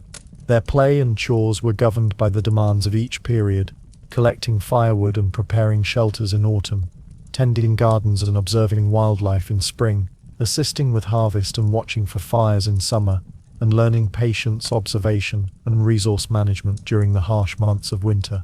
Through repeated exposure, observation, and participation, children developed an intuitive understanding of the interdependence between human effort and the forces of nature. This learning was often tacit, acquired through imitation and attention, rather than formal instruction, embedding practical wisdom alongside an emotional familiarity with both the opportunities and threats inherent in each season. The frontier's seasonal rhythm also reinforced the psychological experience of impermanence and contingency. No period of calm or apparent security could last indefinitely. Winter followed autumn, spring followed winter, and the lessons of one year's hardships informed the preparations of the next. Families maintained mental and physical stockpiles not merely as practical necessities, but as a buffer against the inherent unpredictability of the natural world. Anxiety and vigilance, while taxing, became normalized, a quiet undercurrent of awareness that structured time, labor, and domestic life. Even moments of respite carried an implicit recognition that relief was provisional and that the next seasonal challenge was inevitable.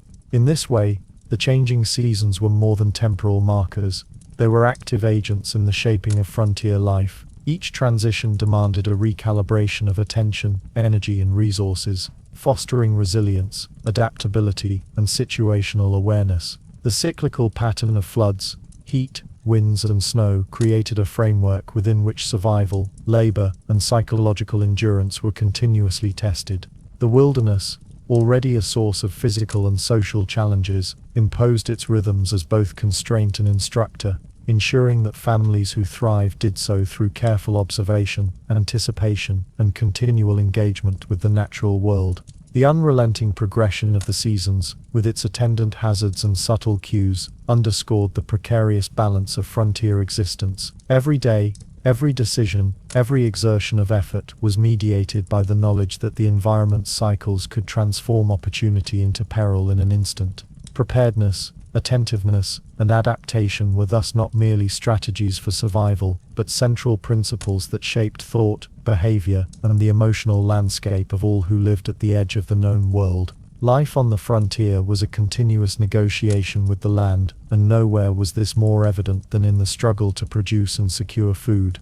Farming under these conditions was never certain. The fertile soil could yield abundance one season and disappointment the next. Families cultivated small plots near their cabins, planting corn, beans, squash, and other staple crops, but their success was inextricably bound to the whims of climate, soil quality, and pests. Rainfall that came too early or too late could drown seedlings or leave them parched. A sudden frost, unseasonable in timing, could blacken leaves, ruin emerging shoots, and obliterate weeks of labor. Locusts or other insects could descend en masse, stripping stalks bare in hours. Each day of labor carried the quiet tension of uncertainty, a knowledge that even the most careful preparation might be undone by forces entirely beyond human control. Families understood that the consequences of crop failure were immediate and tangible. Corn, beans, and squash were not merely commodities. They were sustenance, insurance against the long winter, and the foundation of every meal. A failed harvest threatened not just temporary discomfort, but real starvation. In anticipation, families developed layered strategies for survival. Harvested crops were carefully dried, stored in barrels or lofts, and rationed with meticulous attention. Hunting supplemented what could not be grown, yet game was not guaranteed, and the risks of tracking deer, rabbits, or birds through the forest mirrored those already encountered in everyday life. Snakes, bears, and the capriciousness of the terrain could turn even a routine excursion into a dangerous endeavor. Foraging provided another buffer against scarcity, yet it too demanded knowledge, vigilance, and respect. Wild plants, berries, and nuts were not universally edible, and identifying them incorrectly could have serious consequences. Families observed and recorded seasonal patterns, noting when certain species were ripe, how weather affected growth, and where particular patches could be safely gathered. Children learned these lessons as apprentices to survival, developing both practical skills and an intuitive understanding of the land's rhythms. The psychological imprint of this awareness was profound. Every outing, every meal, and every decision carried with it the potential for success or failure, reinforcing the constant interplay between human effort and environmental unpredictability. The uncertainty of food production also shaped communal behavior and social networks. Neighbors often shared surplus or offered aid during shortages, yet the thin population and sparse settlements meant that external support was limited and unreliable. Families needed to balance generosity with prudence, knowing that their own stores were finite and that scarcity could arrive suddenly. This balance between cooperation and self-preservation became a subtle but persistent aspect of frontier life, informing social relations, behavioral norms, and psychological resilience. Even successful harvests carried latent anxiety. Crops could be abundant in early summer, but vulnerable to late-season storms or early frosts. Corn stored in lofts could spoil or attract rodents, dried beans could become infested, and root vegetables might freeze in inadequately insulated cellars. Every precaution was necessary, but never sufficient.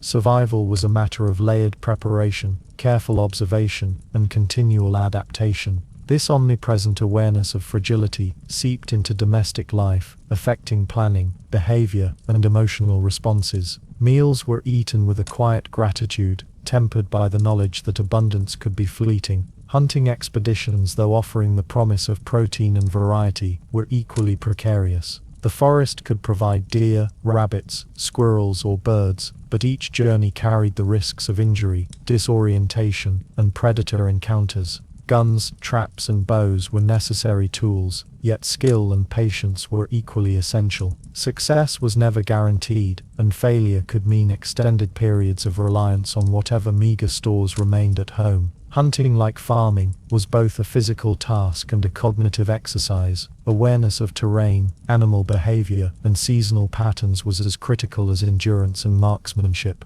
Psychologically, the omnipresence of hunger and scarcity instilled a heightened attentiveness in children and adults alike. Meals were rationed, portions measured, and nothing wasted. Leftovers were carefully stored or repurposed, and even minor miscalculations could provoke anxiety. Stories and oral histories reinforced these lessons, recounting episodes of famines, failed crops, or extended hunts that returned empty-handed. Through such narratives, families cultivated a mental framework in which vigilance, prudence, and adaptive planning were normalized, shaping the rhythms of work, play, and reflection. Beyond the immediate physical and psychological demands, food scarcity also influenced emotional life. The constant awareness of potential hunger created a subdued, reflective environment.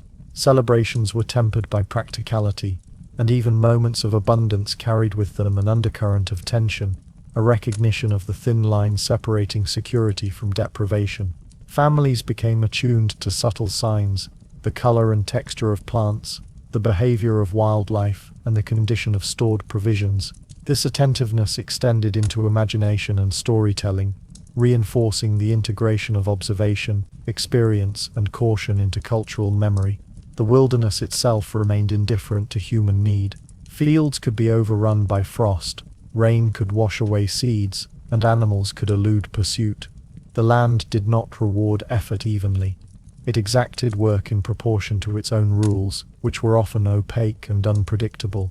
Settlers learned to respect this reality, internalizing a sense of humility alongside practical skill. The unpredictability of harvests and hunting ensured that even the most diligent families lived with an ever-present awareness of contingency, a quiet, meditative attentiveness to the interplay between labor, luck, and the natural world. Ultimately, food scarcity and the precariousness of harvest shaped the rhythms of frontier life at every level. Labor, domestic organization, child-rearing, social interaction, and psychological resilience were all mediated by the need to secure sustenance. Families who thrived did so through careful observation, layered preparation, and adaptive strategies that integrated the lessons of past seasons, the vagaries of the land, and the limitations of human effort. Hunger, as a latent but constant presence, reinforced attentiveness, instilled prudence, and created a subtle psychological framework in which daily life, labor, and survival were inseparable from the unpredictable generosity and indifference of the wilderness. In this way, the frontier's provision of food was never merely an agricultural or practical concern. It was an ongoing negotiation with uncertainty itself, a measure of human skill, perseverance, and resilience against forces far larger and less predictable than the household could control. Every meal, every harvested ear of corn, every successfully hunted deer carried with it echoes of chance, labor, and the quiet, patient vigilance that defined frontier existence. As the sun slipped below the horizon, and the last colors of daylight faded into the twilight haze, the frontier transformed into a realm of shadows and whispers. Nightfall brought with it a shift not only in light but in perception, a recalibration of attention as familiar landscapes became cloaked in darkness. Every tree, rock, and uneven patch of ground assumed a new presence. Shapes that had been mundane in daylight, fallen logs, low shrubs, or distant fence posts were now ambiguous, elongated, and often threatening in the half-light. The forest and fields, so meticulously observed and negotiated during the day, now seemed vast, impenetrable, and subtly hostile. Families learned to navigate this transition with ritualized preparation, windows shuttered, doors fastened, fire maintained in the hearth, and dogs positioned to alert of intrusions both animal and human. The auditory environment of night intensified this transformation. Wolves, whose howls had been a distant curiosity during daylight, now asserted themselves as persistent reminders of wilderness proximity. Their calls, rising and falling in haunting patterns, suggested both territorial claims and latent threat, stirring instinctive alertness. Owls punctuated the darkness with intermittent calls, their voices both enigmatic and rhythmic, while the wind moved through the trees, bending branches and creating groans, whispers, and sudden snaps that suggested motion where there might be none. Even the shifting of snow or leaves under gravity's subtle influence added to the multi-layered soundscape, each noise a potential signal, warning, or test of attentiveness. Adults interpreted these sounds with care, parsing natural phenomena from the possibility of predators, intruders, or the mere mechanical noises of the landscape settling into the cool night air. Children, too, experienced the heightened intensity of nighttime. Playful exploration and imagination from the day transformed into a quiet anxiety, a recognition that darkness amplified danger. Huddled beneath blankets, or in the shelter of a warm hearth, they listened attentively to the rhythmic and intermittent sounds outside, identifying wolves' howls, the rustle of leaves, or the distant crash of a branch. Dreams often mirrored the patterns of the day, integrating remembered anxieties, hungry animals, the uncertainty of the wilderness, failed crops into surreal and sometimes terrifying narratives. Sleep, when it came, was tentative and punctuated by intermittent awakenings, a reflection of both environmental cues and ingrained vigilance. Parents, aware of these dynamics, sought to provide comfort while maintaining their own attentiveness, balancing reassurance with the necessity of alertness. The night's influence extended beyond sensory perception to practical considerations. The loss of daylight curtailed work, limiting the time available for essential labor such as tending livestock, fortifying shelters, or preparing meals. Fire became a central anchor. It provided warmth, light, and a psychological buffer against the omnipresence of darkness. Its flickering glow offered partial reassurance, delineating familiar territory within which families could navigate and observe. Yet even fire demanded careful management. Sparks could ignite dry underbrush, and the careful tending of a hearth became both a physical and cognitive labor, an exercise in risk mitigation that continued until the household succumbed to fatigue or the deep night lull. The psychological impact of these nightly conditions was profound and multi-layered. Adults, conditioned by the knowledge of wilderness hazards, human threats, and seasonal dangers, experienced a continual baseline of vigilance, modulating attention between immediate sensory cues and remembered patterns of risk. The darkness revealed not merely uncertainty, but a series of potentialities, a mental projection of what might occur should attention lapse. Every movement outside the cabin, fetching water, attending animals, checking traps, was mediated by this anticipation, creating a rhythm of cautious, deliberate activity that persisted through the longest nights. For children, the night was a realm where imagination and instinct intertwined with learned behaviors. Shadows on walls, the flicker of candlelight, and the rhythmic movements of the hearth's flames became both objects of curiosity and cautionary symbols. Stories of wolves, rustlers, and other dangers were reinforced by lived experience, embedding psychological patterns that persisted into dreams and waking observation alike. Play during the day, structured by rules of safety and awareness, continued symbolically in slumber, blending the familiar and the unknown, the concrete and the abstract. Sleep thus became an extension of the day's vigilance, a cognitive rehearsal of awareness and survival strategies in the safe environment of the hearth and blankets. Animals, too, responded to the onset of night, and their behavior contributed to the landscape's layered cues. Nocturnal predators, wolves, foxes, and occasionally bears, moved with stealth and unpredictability. Birds such as owls and nighthawks became more prominent, their vocalizations interpreted as indicators of nearby prey or changes in weather. Even domesticated animals, sensitive to environmental shifts, could alert families to movement or disturbances, adding another layer of auditory and visual information to the human sensory field. The interrelationship between human vigilance and animal activity became a continuous subtle negotiation, with each adjusting behavior to the other, consciously or unconsciously. Beyond immediate physical threats, the night also intensified the psychological weight of isolation. The sparse distribution of homesteads meant that neighbors were rarely close enough to hear or respond to calls for help. The darkness accentuated the perception of distance and remoteness, reinforcing the constant awareness of vulnerability. Silence, punctuated by distant animal calls or wind-driven noises, became an agent of heightened attention. In this context, even ordinary sounds, rocks falling, the settling of timber, or the shifting of stored provisions, were interpreted with caution, their meanings assessed in the framework of survival. The night's endless whisper also fostered introspection, reflection, and ritual. Families often engaged in storytelling, prayer, or quiet observation by the hearth, integrating the lessons of the day and planning for the next. These activities, while subdued, reinforced communal bonds, transmitted practical knowledge, and maintained the mental framework necessary for continued survival. The cyclical return of darkness, repeated through years and seasons, embedded habits of attentiveness, anticipation, and careful observation, shaping not only survival skills, but the broader cognitive and emotional landscape of frontier life. In essence, the night was not merely a passive backdrop to daily labor and domestic life.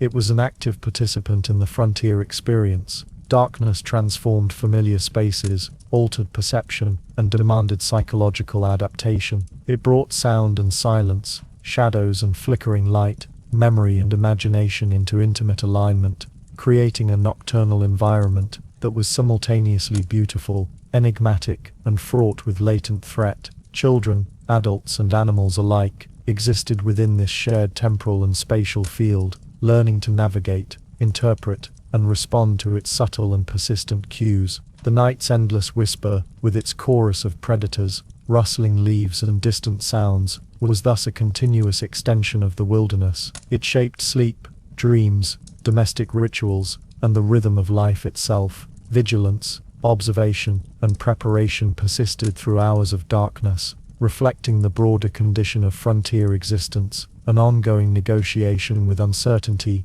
risk, and the layered demands of both the natural and human world. In this way, night was not merely the absence of light, but a constant watchful presence, a reminder of the fragile balance that families maintained between survival and vulnerability. For families living on the edge of the frontier, faith was an inseparable companion to daily existence, a lens through which the vast unpredictable wilderness could be interpreted, and to some extent managed. The unknown, with all its threats, from disease and starvation to predators and violent humans, was refracted through religious belief, providing both comfort and a framework for understanding a world that often seemed indifferent or hostile. While vigilance, labor, and preparation addressed immediate physical dangers, faith addressed the unseen moral and existential dimensions of life on the frontier. It offered a narrative that gave meaning to adversity, contextualized suffering, and reinforced communal and individual resilience. Many frontier families embraced the idea that the wilderness itself was a testing ground.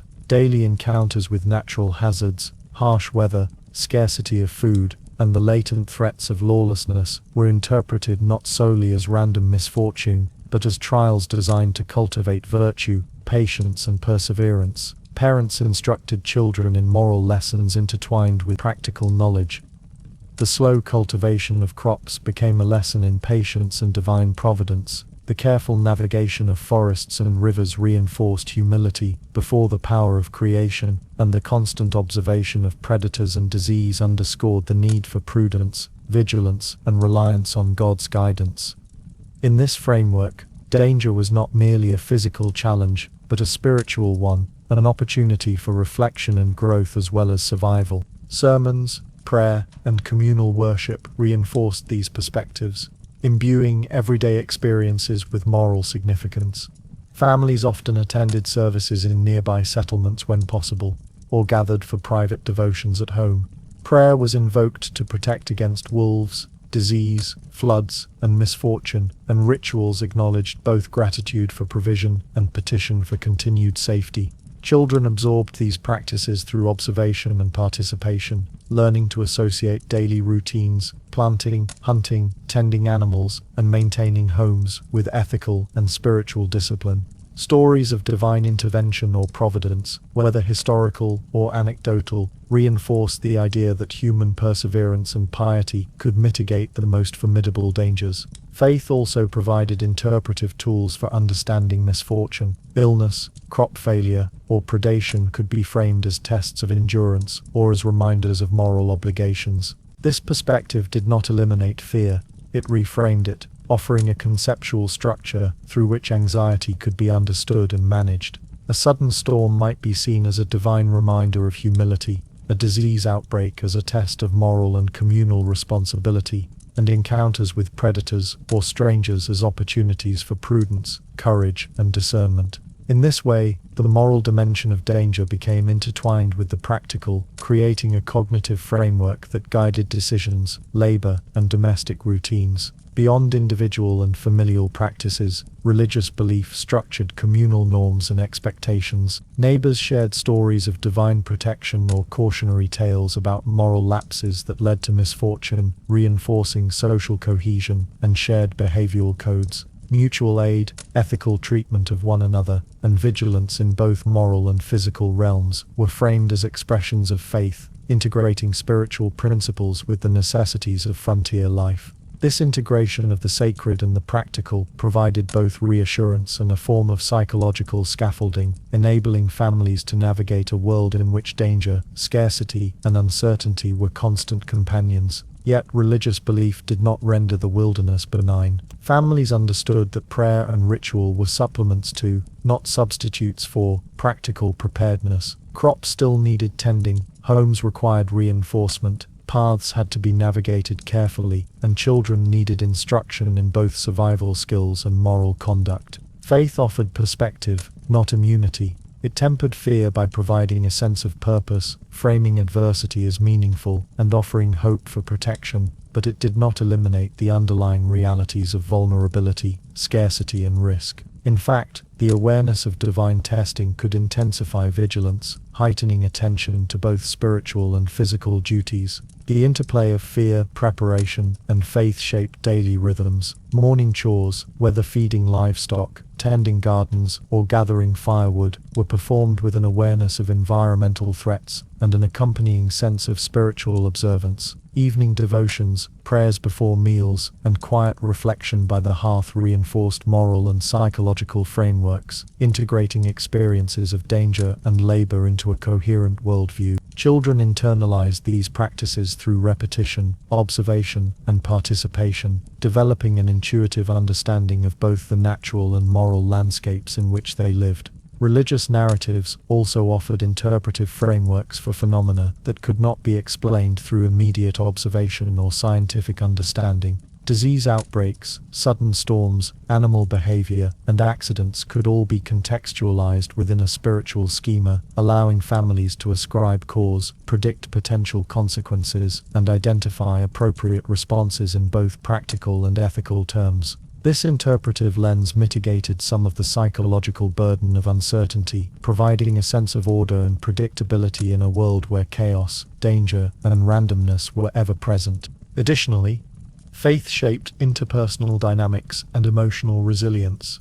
Parents encouraged children to develop habits of reflection, gratitude, and moral attentiveness, reinforcing patience, humility, and empathy as virtues intimately connected to survival. Adult attention to both practical and spiritual duties cultivated a sense of purpose and agency, even in circumstances of scarcity, illness, or isolation. Communal storytelling, hymn singing, and collective observances reinforced social bonds, providing psychological and practical support that mitigated the harshness of frontier life. The duality of the divine and the natural created a delicate tension in daily consciousness. On one hand, faith provided comfort, moral guidance, and hope for protection. On the other hand, the wilderness remained a force of uncertainty, indifferent to prayers and ritual. This tension reinforced attentiveness, humility, and disciplined behavior, embedding a deep awareness of contingency into domestic routines, child-rearing practices, and the broader fabric of social life. The wilderness and divine presence were intertwined, one demanding respect, vigilance, and adaptation, the other offering guidance, perspective, and reassurance. In this way, religious interpretations of danger were not simply a source of consolation, but an active component of survival. They reframed fear, structured behavior, and integrated the psychological, social, and environmental dimensions of frontier existence. Families negotiated the balance between human effort, environmental unpredictability, and spiritual observance, embedding moral and practical instruction into the rhythm of everyday life. Fear was neither eliminated nor ignored. It was observed, measured, and contextualized within a framework that gave meaning to adversity and reinforced resilience. Ultimately, the frontier existed as both a physical and moral landscape, where danger, labor, and uncertainty were inseparable from faith, discipline, and reflection. Religious interpretations of peril provided families with the cognitive and emotional tools to navigate a world of ambiguity and risk, shaping the rhythms of work, play, and contemplation.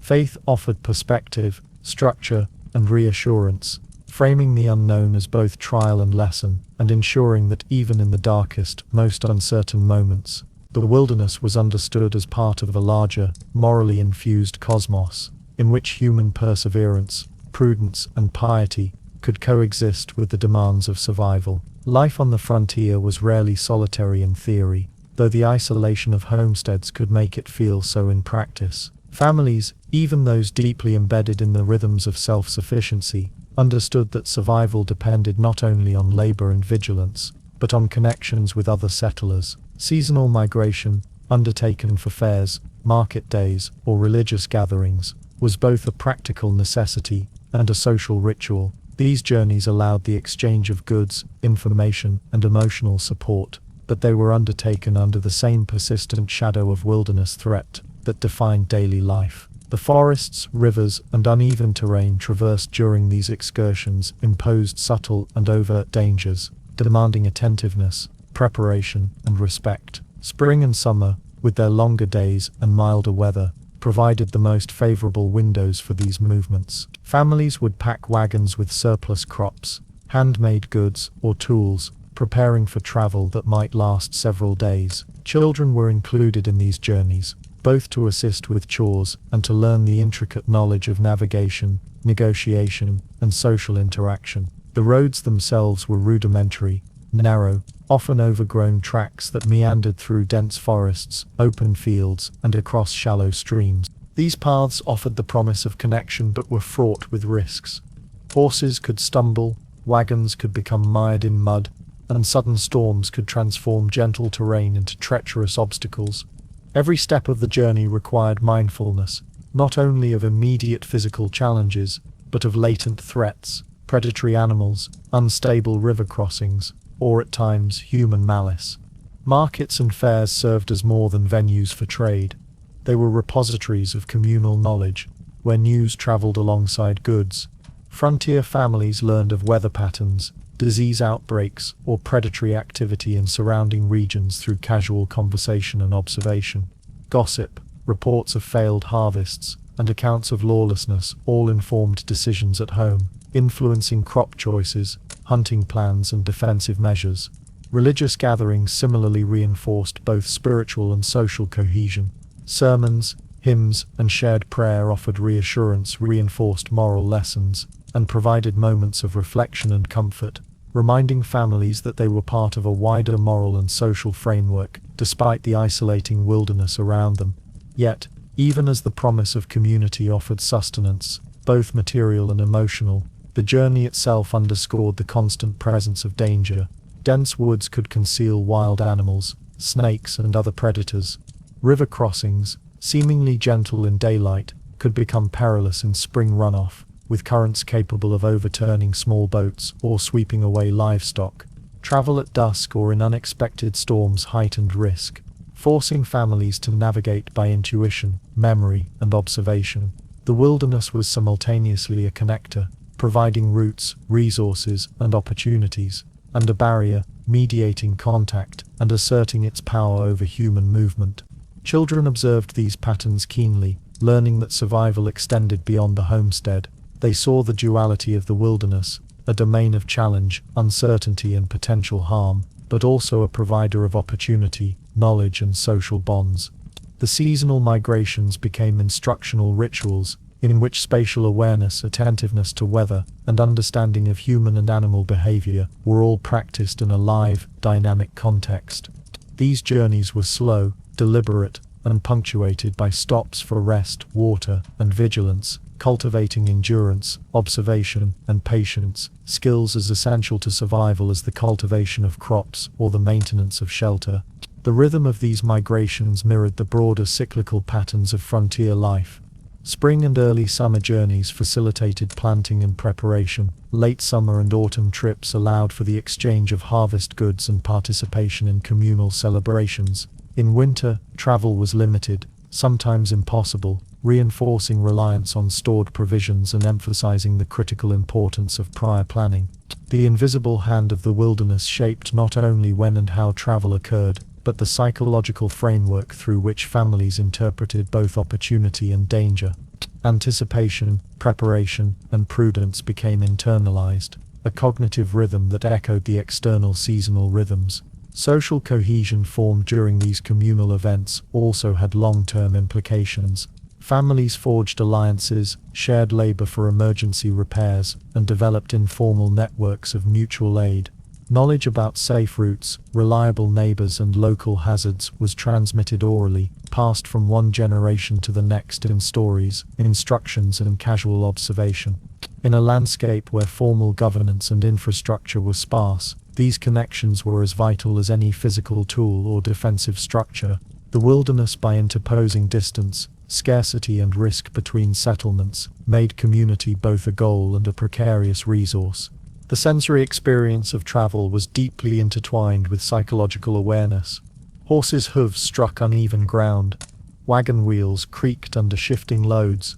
The wind moved through the trees carrying distant calls, the rustle of animals, and the occasional report of snapping branches. Travelers attuned themselves to these subtle cues, interpreting them for signs of danger or opportunity. Encounters with wildlife. Deer bounding across a clearing, a distant bear's roar, or a sudden flight of birds were simultaneously markers of the richness of the frontier and reminders of its unpredictability. Observation, patience, and discipline were continuously reinforced by direct experience, providing lessons that were both practical and deeply embedded in the imagination. Seasonal migration and reliance on community thus created a delicate balance. The wilderness demanded attention, skill, and prudence at every step, while the pursuit of connection offered sustenance, knowledge, and reassurance. These excursions were simultaneously affirmations of human resilience and acknowledgments of human vulnerability. The journey, rather than merely a physical act, was a lived meditation on dependence, preparedness, and the interplay between isolation and social bonds. Over time, these patterns shaped the collective consciousness of frontier families. They learned to anticipate not only natural hazards, but also social contingencies. Networks of aid and knowledge became an essential component of survival, reinforcing the idea that while the wilderness was omnipresent and indifferent, human connections could provide guidance, shared experience, and psychological reassurance. The duality of isolation and connection, danger and support, permeated both practical routines and internalized attitudes toward life beyond the homestead. In this way, the wilderness exerted invisible influence over the rhythms of frontier life, dictating the timing, route, and purpose of seasonal journeys. Families lived in constant negotiation with the natural world, aware that every excursion held both promise and peril. By traveling for markets, fairs, and worship, they affirmed their place within a broader human network, while simultaneously acknowledging the persistent, watchful presence of forests, rivers, and terrain that remained indifferent to human need. In essence, seasonal migration and community reliance were inseparable elements of survival, each defined, constrained, and enriched by the wilderness through which they passed. On the frontier, the wilderness extended beyond the forests, rivers, and uneven terrain to encompass the invisible and often unpredictable forces of weather. Storms, sudden temperature shifts, unseasonable frost, and relentless droughts were constant companions, shaping daily routines and long-term strategies for survival. Families quickly learned that weather was neither benevolent nor hostile. It simply was indifferent to human plans and labor. Its presence demanded attention, foresight, and humility. The sky, clouds, wind, and the subtle behaviors of animals became a language through which settlers interpreted impending disaster, and the ability to read this language could mean the difference between survival and misfortune. Spring was a season of fragile hope and measured vigilance. Rainfall was necessary for crops, yet excessive showers could flood fields, wash away seeds, or render paths impassable. Families rose at first light to inspect fields, check for water accumulation, and reinforce the soil around vulnerable plants. The wind, shifting clouds, and sudden bursts of cold air were scrutinized for signs of incoming storms. Distant thunder, the smell of damp earth, and the direction of swaying tree limbs all informed decisions whether to delay planting, reinforce shelters, or bring livestock closer to the homestead. Observation was constant, an intimate conversation with the environment that honed both sensory perception and patience. Summer brought its own complexities. Droughts could parch soil and weaken crops, forcing reliance on stored provisions and careful rationing. Conversely, violent thunderstorms could appear with little warning, their heavy rains tearing through unprotected fields, dislodging tools, and eroding paths.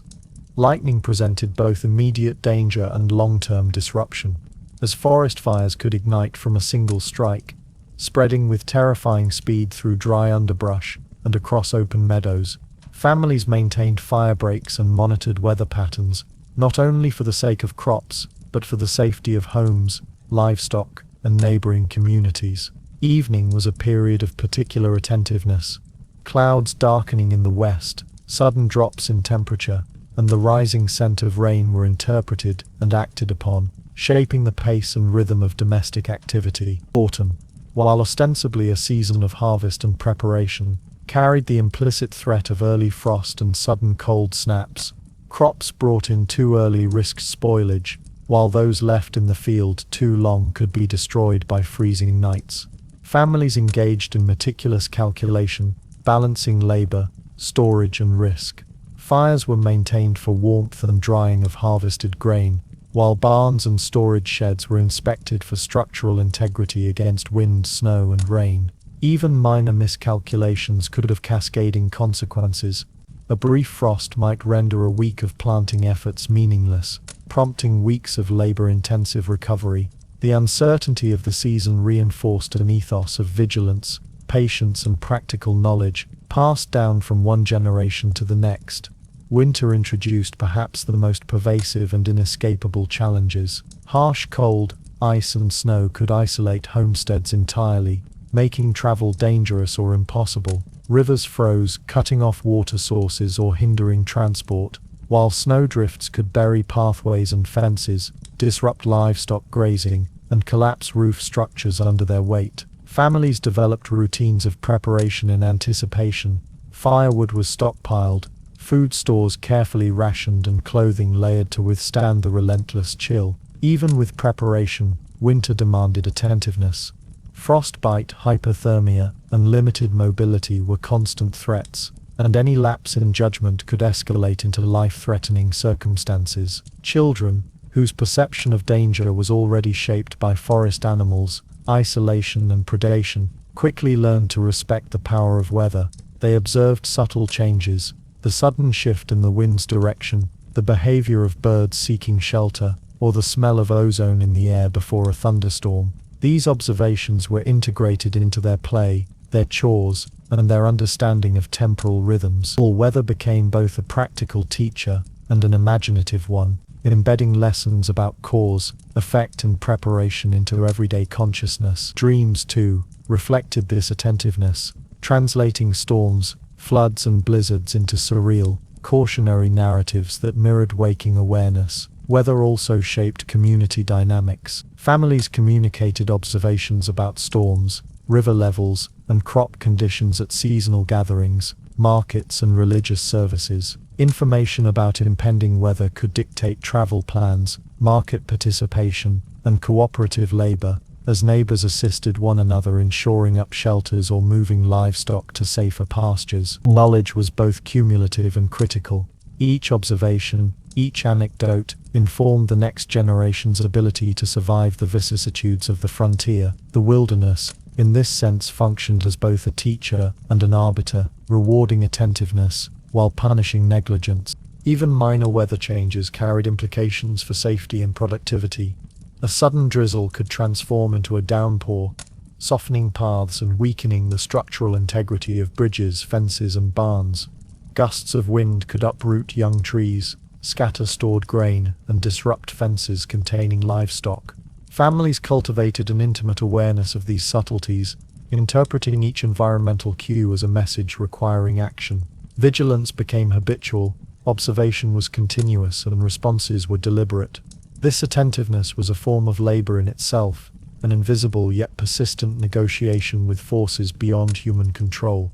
The psychological dimensions of weather's unpredictability were profound. Families internalized the knowledge that every season, every day, carried latent risk. Anxiety, careful planning, and measured hope were woven into daily routines.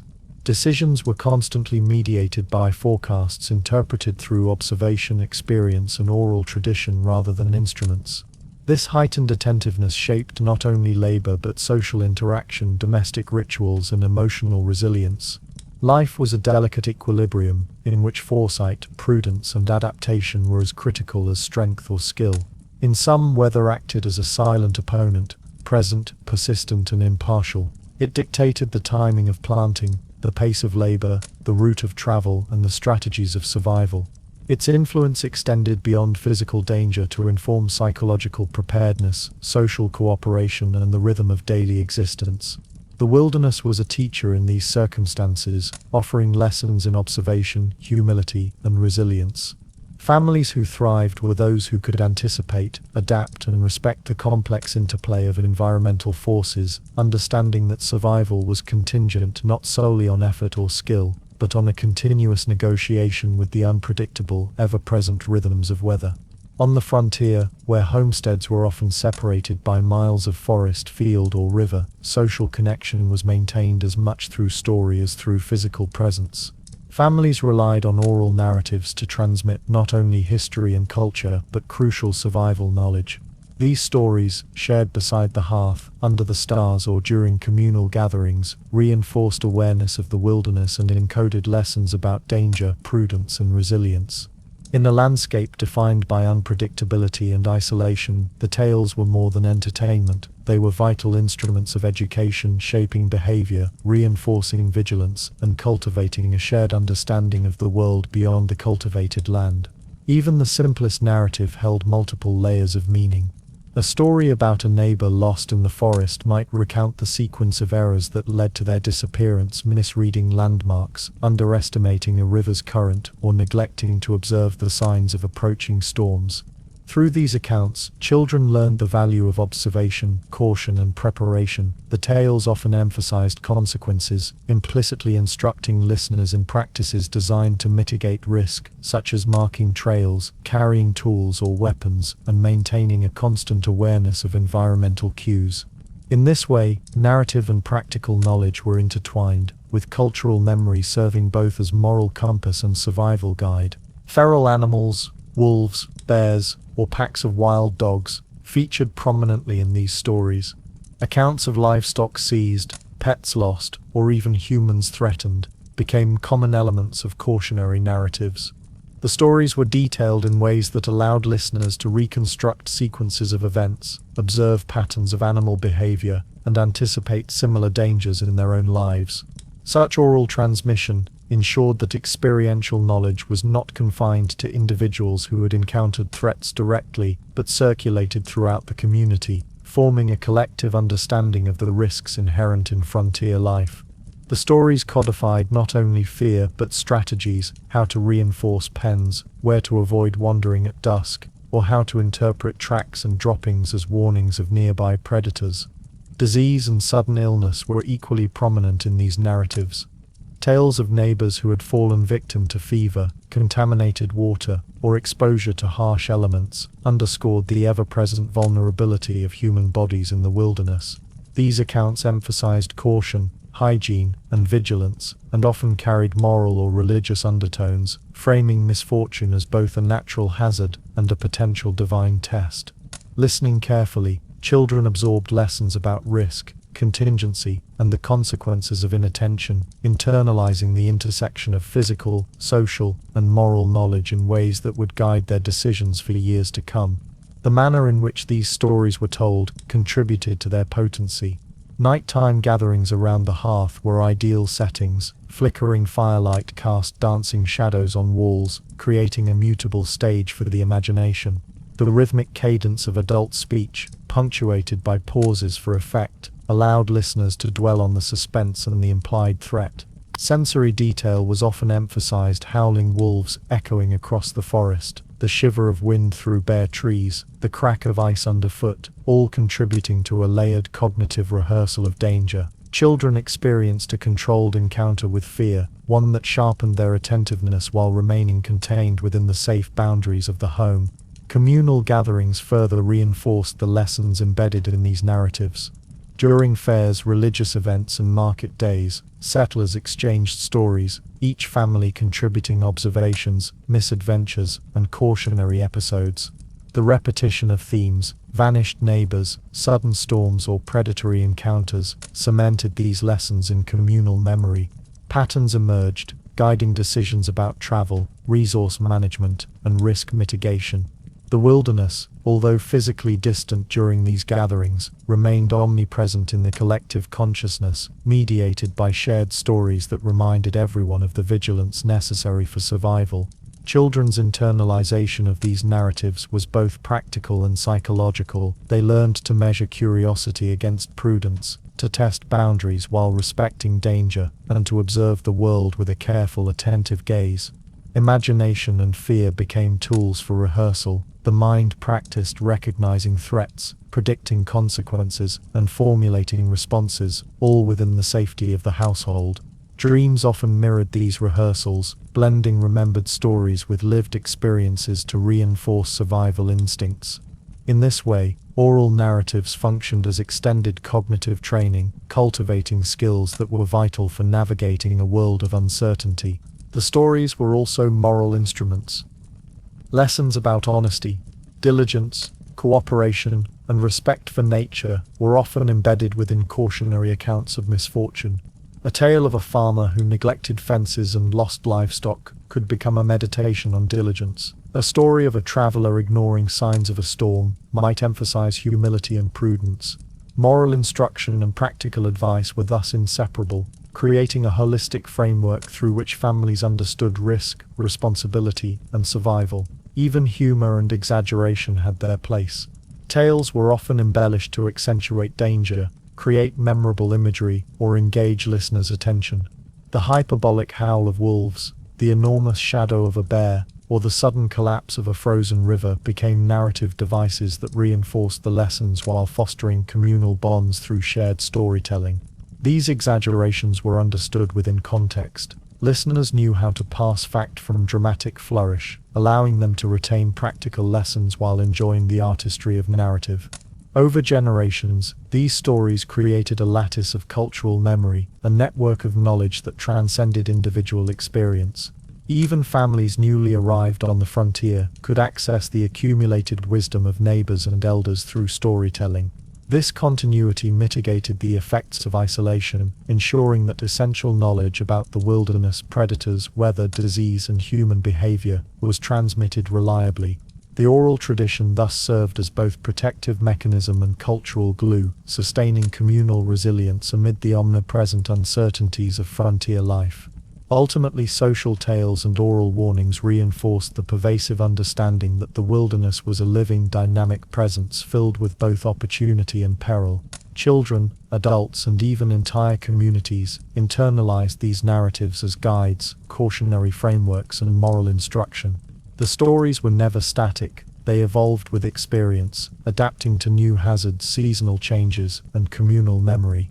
In this way, the frontier was understood not only through direct interaction with the land, but through a carefully curated, orally transmitted knowledge system that shaped behavior, perception, and imagination in profound and enduring ways.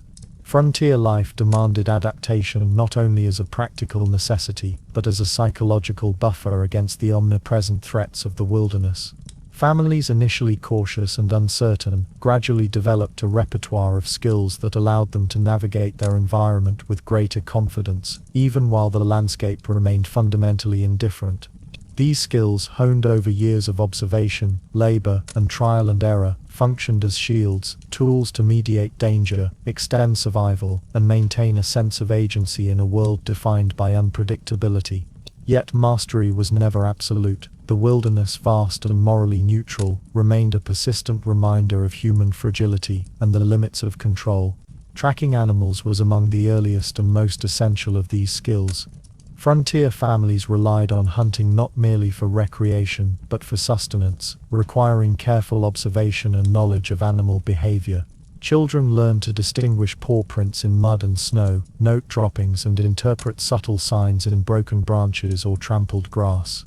These observations allowed hunters to predict movement, avoid potentially dangerous encounters with predators, and optimize success when pursuing game.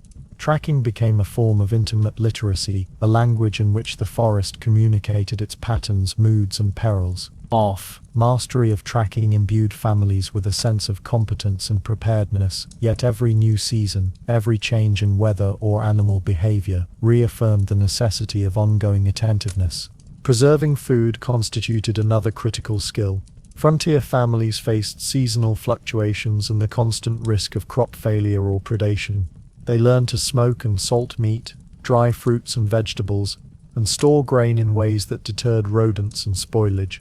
Knowledge of storage methods was intertwined with environmental observation. Understanding humidity, temperature, and insect activity was essential to prevent loss. Food preservation was both practical and psychological. Well-stocked larders mitigated anxiety about scarcity, while failed preservation served as a sobering reminder of human vulnerability. Even the most carefully executed techniques could fail unexpectedly, reinforcing respect for the unpredictable forces of nature.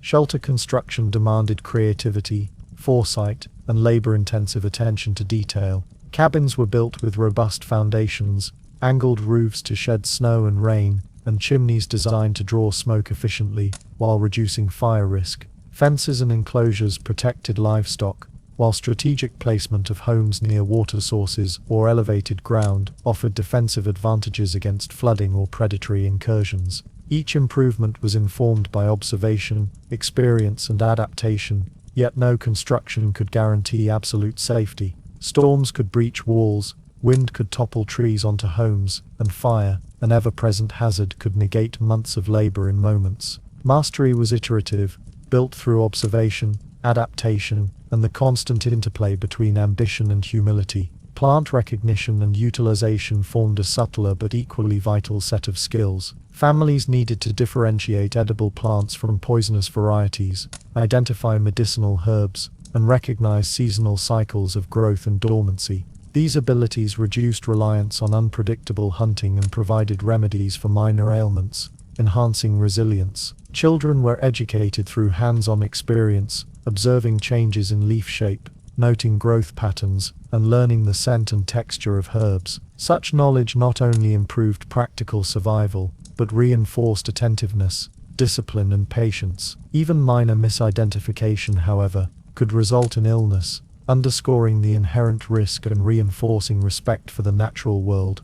Hunting and trapping combined physical skill, patience, and acute observation. Trap placement required an understanding of animal behavior, terrain, and timing, while the hunt demanded stealth, judgment, and ethical decision-making. Families developed routines for tracking and managing game populations, ensuring that reliance on wild food sources did not destabilize local ecosystems or deplete essential resources. The wilderness in turn provided constant feedback. Animal behavior changed with weather, predator presence, and human activity, requiring continual adjustment and adaptation. Each successful hunt or trap reinforced the value of skill, yet every failure reminded settlers that mastery was provisional and contingent upon careful attention. Fire management, an extension of shelter and food skills, demanded both vigilance and foresight. Frontier families mastered hearth construction, fire safety, and the maintenance of controlled burns for crop preparation or predator deterrence.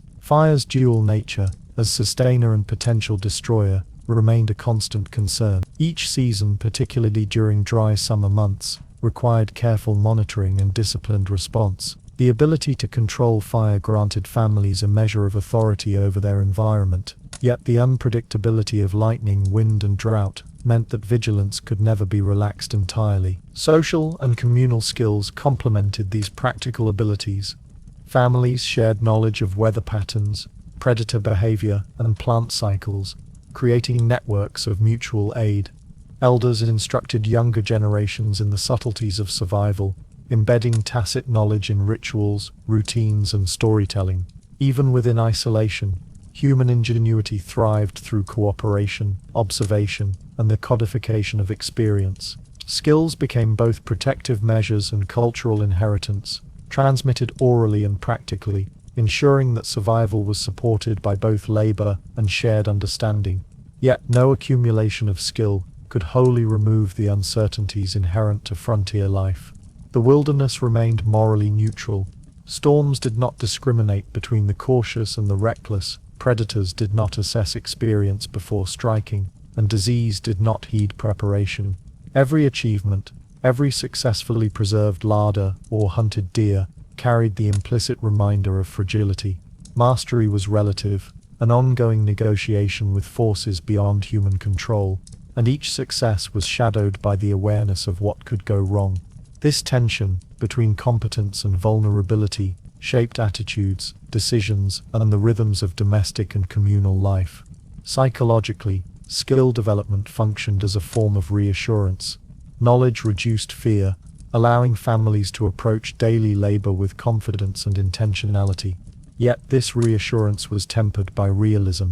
The frontier demanded humility. Children internalized both competence and caution, learning that their environment required constant attention, thoughtful action, and respect. Successes were celebrated quietly, framed not as triumphs over nature, but as temporary alignment with forces that were ultimately indifferent to human desire. In this balance, families cultivated resilience, adaptability, and a profound understanding of interdependence with the wilderness. Over time, the accumulation of skills, observation, and adaptation formed a protective lattice, a combination of physical and cognitive strategies that allowed families to navigate the perils of frontier life. Hunting, food preservation, shelter construction, plant knowledge, fire management, and communal cooperation together formed a repertoire that mitigated risk while reinforcing humility. The wilderness, vast and unpredictable, remained a constant teacher. Mastery was provisional, skills iterative, and success contingent upon continuous attentiveness. In essence, adaptation and skill were shields, both practical and psychological. They reduced fear, increased agency, and reinforced resilience. Yet they also highlighted the limits of human control. The frontier was a space of constant negotiation, in which the wilderness remained indifferent, morally neutral, and perpetually capable of challenging human assumptions. Families who thrived were those who understood this dynamic, integrating labor, observation, ingenuity, and communal knowledge into a coherent strategy for survival. In this delicate interplay between human effort and environmental unpredictability, fear was never eradicated, but it was moderated, channeled, and translated into deliberate, attentive action. On the frontier, the wilderness was more than a collection of forests, rivers, and open fields. It was a persistent psychological presence, a force that shaped thought, emotion, and behavior across generations.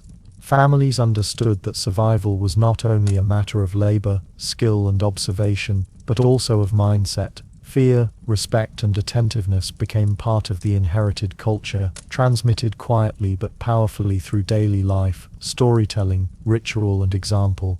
The psychological weight of the wilderness was cumulative, layering experience upon experience, memory upon memory, until it became a defining feature of existence, shaping even the most intimate thoughts and decisions. From the earliest days, children absorbed lessons about vigilance, prudence, and respect for the land.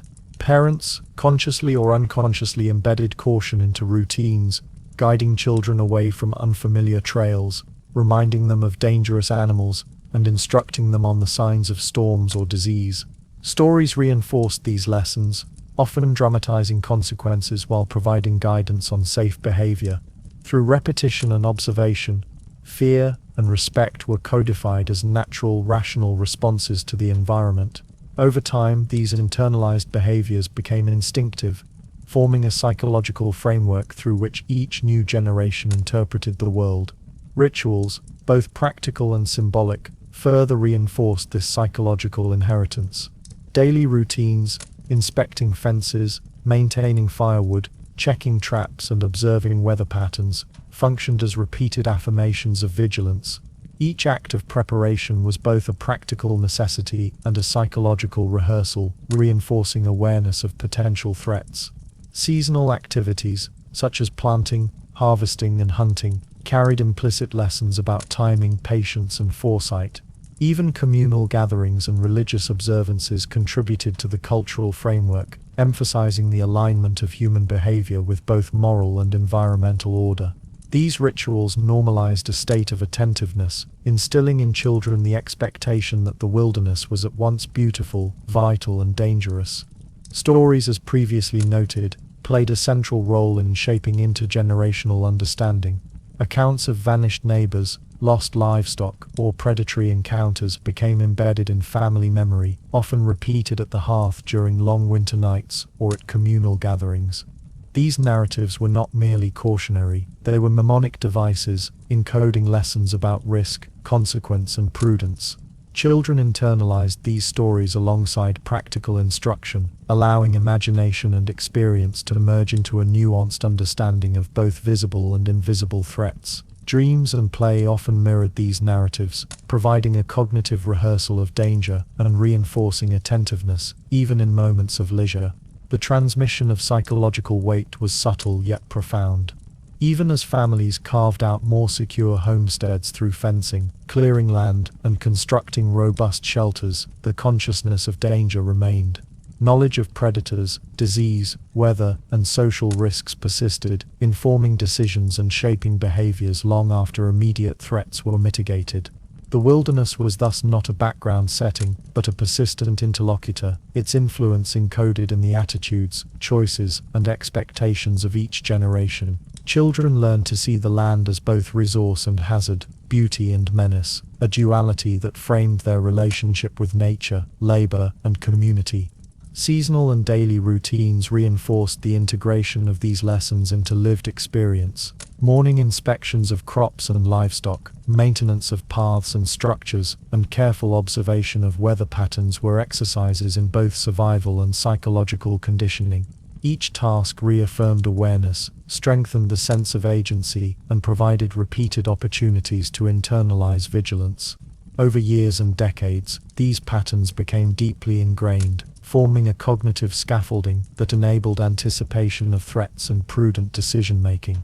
Even minor lapses were met with immediate correction, further embedding attentiveness into habit and consciousness. The psychological impact extended to moral and social development. Fear and respect for the wilderness intertwined with notions of responsibility, prudence, and ethical behavior. Children learned that attention to detail, care for animals, honesty in reporting conditions, and cooperation with neighbors were integral to survival. These lessons, though framed by environmental necessity, also reinforced social cohesion and moral understanding. The wilderness, while impartial, became a teacher of ethics. Vigilance, prudence, and cooperation were rewarded with safety, while neglect or arrogance could lead to misfortune. Generational transmission also carried emotional and imaginative weight. The wilderness was simultaneously awe-inspiring and intimidating, and this duality was communicated through story, ritual, and observation. Children internalized a blend of reverence and apprehension, cultivating imagination and creativity alongside practical knowledge.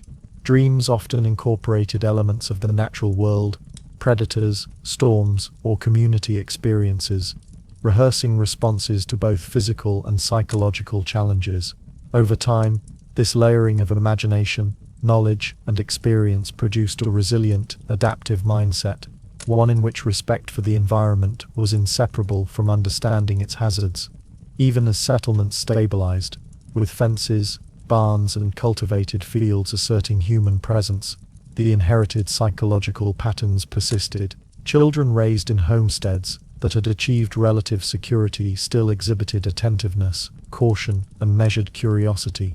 They approached the woods with observation and respect, understood the rhythms of weather, and anticipated potential hazards with habitual mindfulness. The wilderness continued to exert its influence, not only as a physical force, but as a cognitive and emotional one, shaping behavior, expectations, and internalized understanding across generations. The endurance of this psychological weight had broader implications for community and culture. Shared vigilance reinforced social bonds, neighbors exchanged warnings, news, and practical advice, further embedding lessons in collective memory. Families developed cooperative strategies for monitoring livestock, maintaining paths, and responding to environmental hazards. Knowledge was codified, not solely in physical measures, but in shared cognition, storytelling, and ritualized attention, ensuring that each generation could build upon the experience of its predecessors. Ultimately, the psychological imprint of the wilderness was both pervasive and enduring. It instilled a cautious worldview, a recognition of human fragility, and a profound respect for the forces of nature. Even as families created more secure homesteads and accumulated skills to mitigate risk, the inherited attentiveness, vigilance, and respect remained. The wilderness shaped thought, imagination, and behavior, leaving a lasting cognitive and emotional legacy that extended far beyond immediate survival. It was a presence at once invisible and persistent, a quiet teacher whose lessons spanned generations, embedding both awe and caution into the consciousness of frontier life. Over decades, the frontier transformed, not through sudden conquest, but by the gradual, deliberate efforts of families, communities, and the persistent labor of human hands. Forests were cleared for fields and pastures, rivers were bridged or dammed, and trails widened into roads that connected isolated homesteads to burgeoning settlements. The wilderness, once a vast, morally neutral presence, began to recede, its dominion interrupted by fences, cultivated land, and structures designed to withstand both weather and predation. Yet the transition from untamed land to human-managed space was slow and uneven, often taking generations to accomplish. The process of reclamation was not merely physical, it was deeply psychological, altering perceptions, routines, and communal memory, even as the underlying natural forces remained. Settlers approached this task with cautious determination. Trees were felled methodically, their trunks repurposed for cabins, barns, and fences, while underbrush and smaller growth were cleared to create fields for planting. Labor was measured, coordinated, and continuous, often requiring the collective effort of families and neighbors to achieve meaningful progress. The process demanded skill, patience, and attentiveness. Too hasty an effort risked loss of materials, injury, or environmental instability, while meticulous planning increased efficiency and minimized hazards. In this way, the reclamation of land was an ongoing negotiation with the environment, an iterative process that mirrored the broader relationship between humans and wilderness on the frontier. As homesteads expanded into small communities, the physical imprint of human activity began to alter patterns previously dictated by nature. Roads allowed for easier transport of goods, livestock, and information, while fences delineated property, controlled grazing, and reduced exposure to predators. Crops replaced native plants, creating both sustenance and predictability. Buildings provided shelter not only from weather, but from psychological anxiety, offering spaces where vigilance could be modulated, and fears of the unknown managed through human ingenuity. The wilderness remained present in shadowed patches, wetlands, and distant forests, yet its immediacy, the raw, uncontrolled threat that had defined earlier generations' existence, began to diminish. Despite the tangible reduction of danger, the psychological imprint of the wilderness lingered. Families remembered the periods when wolves prowled the outskirts, rivers rose unpredictably, and storms could isolate entire homesteads for days. These memories became embedded in both stories and practice, informing approaches to planning, construction, and resource management. Old superstitions persisted, blending caution with respect, and tales of vanished neighbors or predatory encounters were recounted not only as entertainment, but as historical testimony. Even as children were born into a tamer environment, the lessons encoded in family memory, attentiveness, prudence and respect for natural forces remained influential. The gradual reclamation also altered social dynamics. As travel became safer and communities more interconnected, cooperation expanded from immediate family units to larger social networks. Markets, schools and religious gatherings created shared spaces where knowledge and experience could be exchanged, enhancing both economic stability and communal security. Communication became more reliable, and reliance on oral warnings and anecdotal lessons shifted toward shared strategies, formalized rules, and cooperative labor. Yet even with these developments, the memory of former isolation and danger informed etiquette, caution, and the framing of responsibilities within these growing communities. Psychologically, the transition from wilderness to managed land created both relief and continuity. All relief emerged from reduced exposure to immediate threats, fewer predators, predictable weather patterns within cultivated spaces, and more reliable food supplies. Continuity persisted through inherited habits,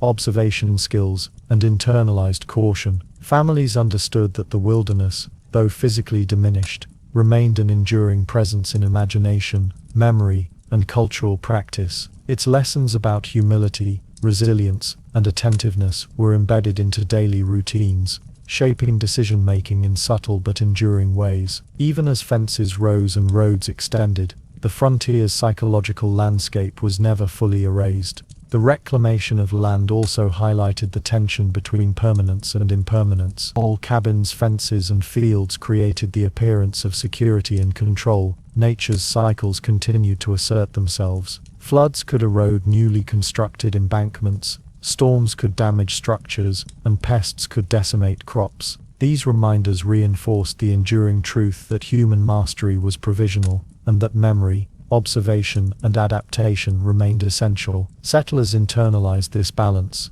understanding that fear and respect, though less immediate, continued to serve as guides in the ongoing negotiation with the natural world. Children born into these more settled environments experienced the frontier differently from their predecessors. They played in spaces previously inaccessible, explored cleared fields and maintained trails, and benefited from structures and networks that reduced immediate exposure to risk.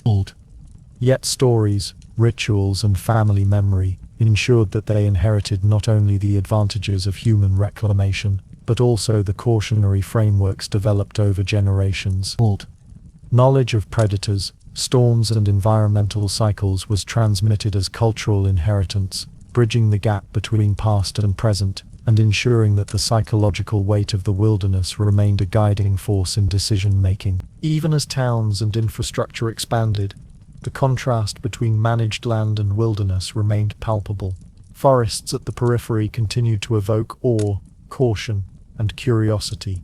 Families recognized these spaces as both resources and reminders of human limitations, sources of timber, game, and medicinal plants, yet simultaneously unpredictable and morally neutral. The cultivated homestead and the untamed forest coexisted in a dynamic balance, shaping both practical strategies and internalized attitudes toward the land. This duality reinforced a persistent awareness of mortality, vulnerability, and the necessity of vigilance, even in increasingly secure environments. Ultimately, the gradual reclamation of land transformed the frontier from a space of immediate peril to one of structured opportunity. Yet the psychological and cultural imprint of the wilderness persisted. Danger diminished, but memory endured. Stories, rituals, and inherited caution shaped behavior, planning, and imagination. The frontier's lessons about observation, prudence, resilience, and respect for the natural world were never fully relinquished, continuing to inform the rhythm of daily life even as the physical landscape became more predictable and controlled. Fear, once immediate and visceral, became historical, encoded in narrative, practice, and imagination, a quiet, enduring guide through the evolving frontier. As the frontier era drew to a close, the wilderness itself had been transformed as much by human memory as by human labor. Where dense forests once dominated, Carefully maintained fields, pastures, and towns now marked the landscape. Yet despite these changes, the psychological and cultural imprint of the wilderness persisted, whispering through the structures, routines, and stories that had been crafted to navigate its hazards. Fear of the untamed land, once immediate and pressing, had evolved into a subtler form, a cautious attentiveness, a reverence for natural forces, and a respect for the lessons etched into the lives of those who had first braved these spaces.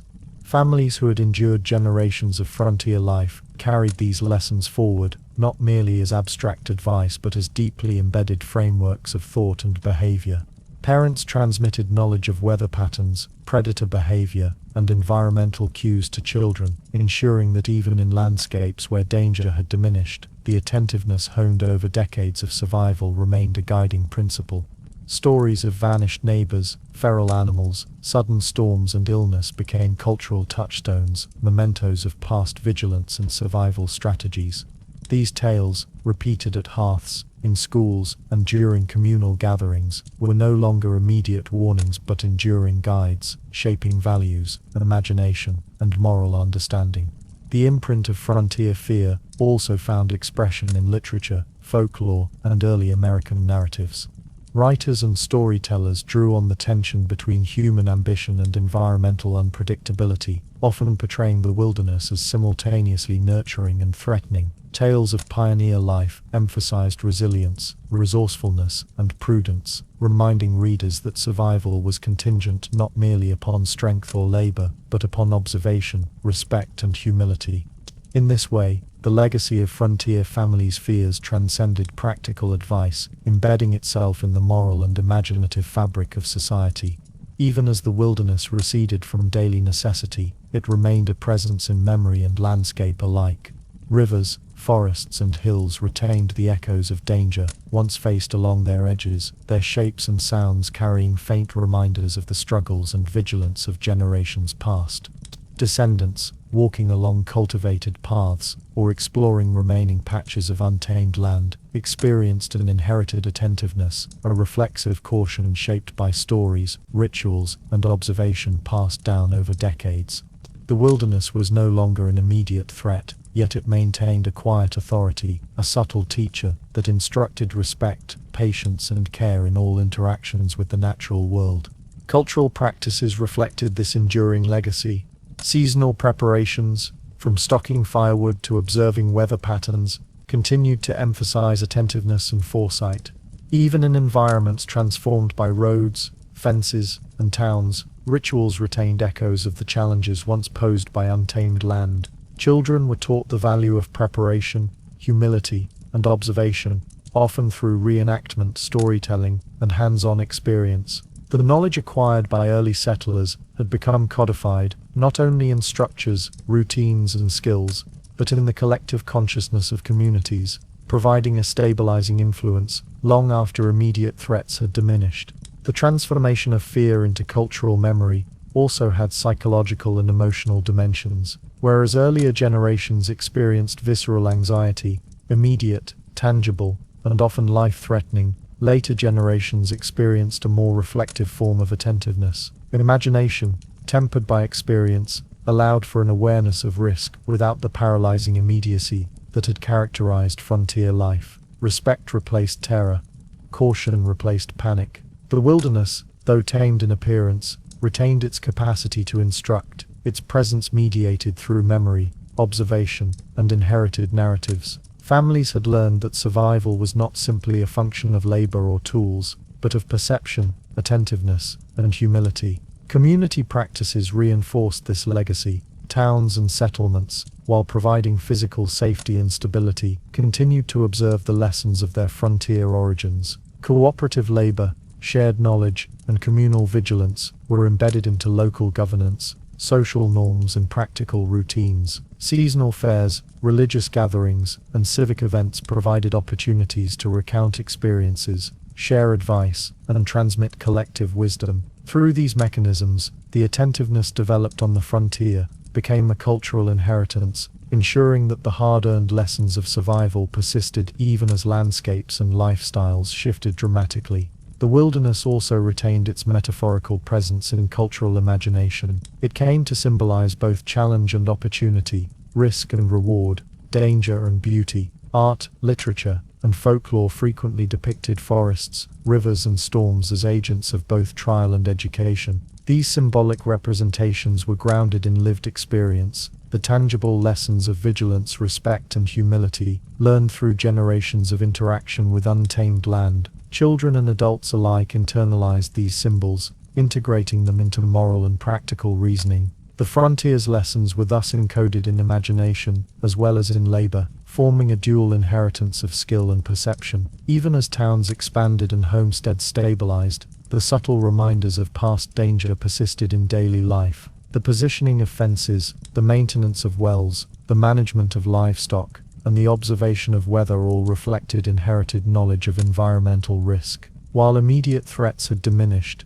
the legacy of caution shaped choices, planning, and attention to detail. Families internalized these lessons, and in doing so, created a continuity between past and present, a bridge linking the raw, perilous reality of early frontier life with the relative security of subsequent generations. Ultimately, the legacy of frontier fear was one of integration rather than eradication. Danger had been transformed from an immediate, palpable threat into a framework of cultural memory, moral instruction, and practical wisdom. Families had learned that fear, when guided by observation and respect, could be constructive, a teacher that instilled prudence, resilience, and attentiveness. The wilderness, though quieter and more controlled, continued to exert influence, its lessons carried forward in stories, routines, and consciousness alike. The lives of descendants were shaped not only by inherited skills and structures, but by an enduring understanding of the delicate balance between human agency and environmental forces. In the quiet reflection of those who remembered,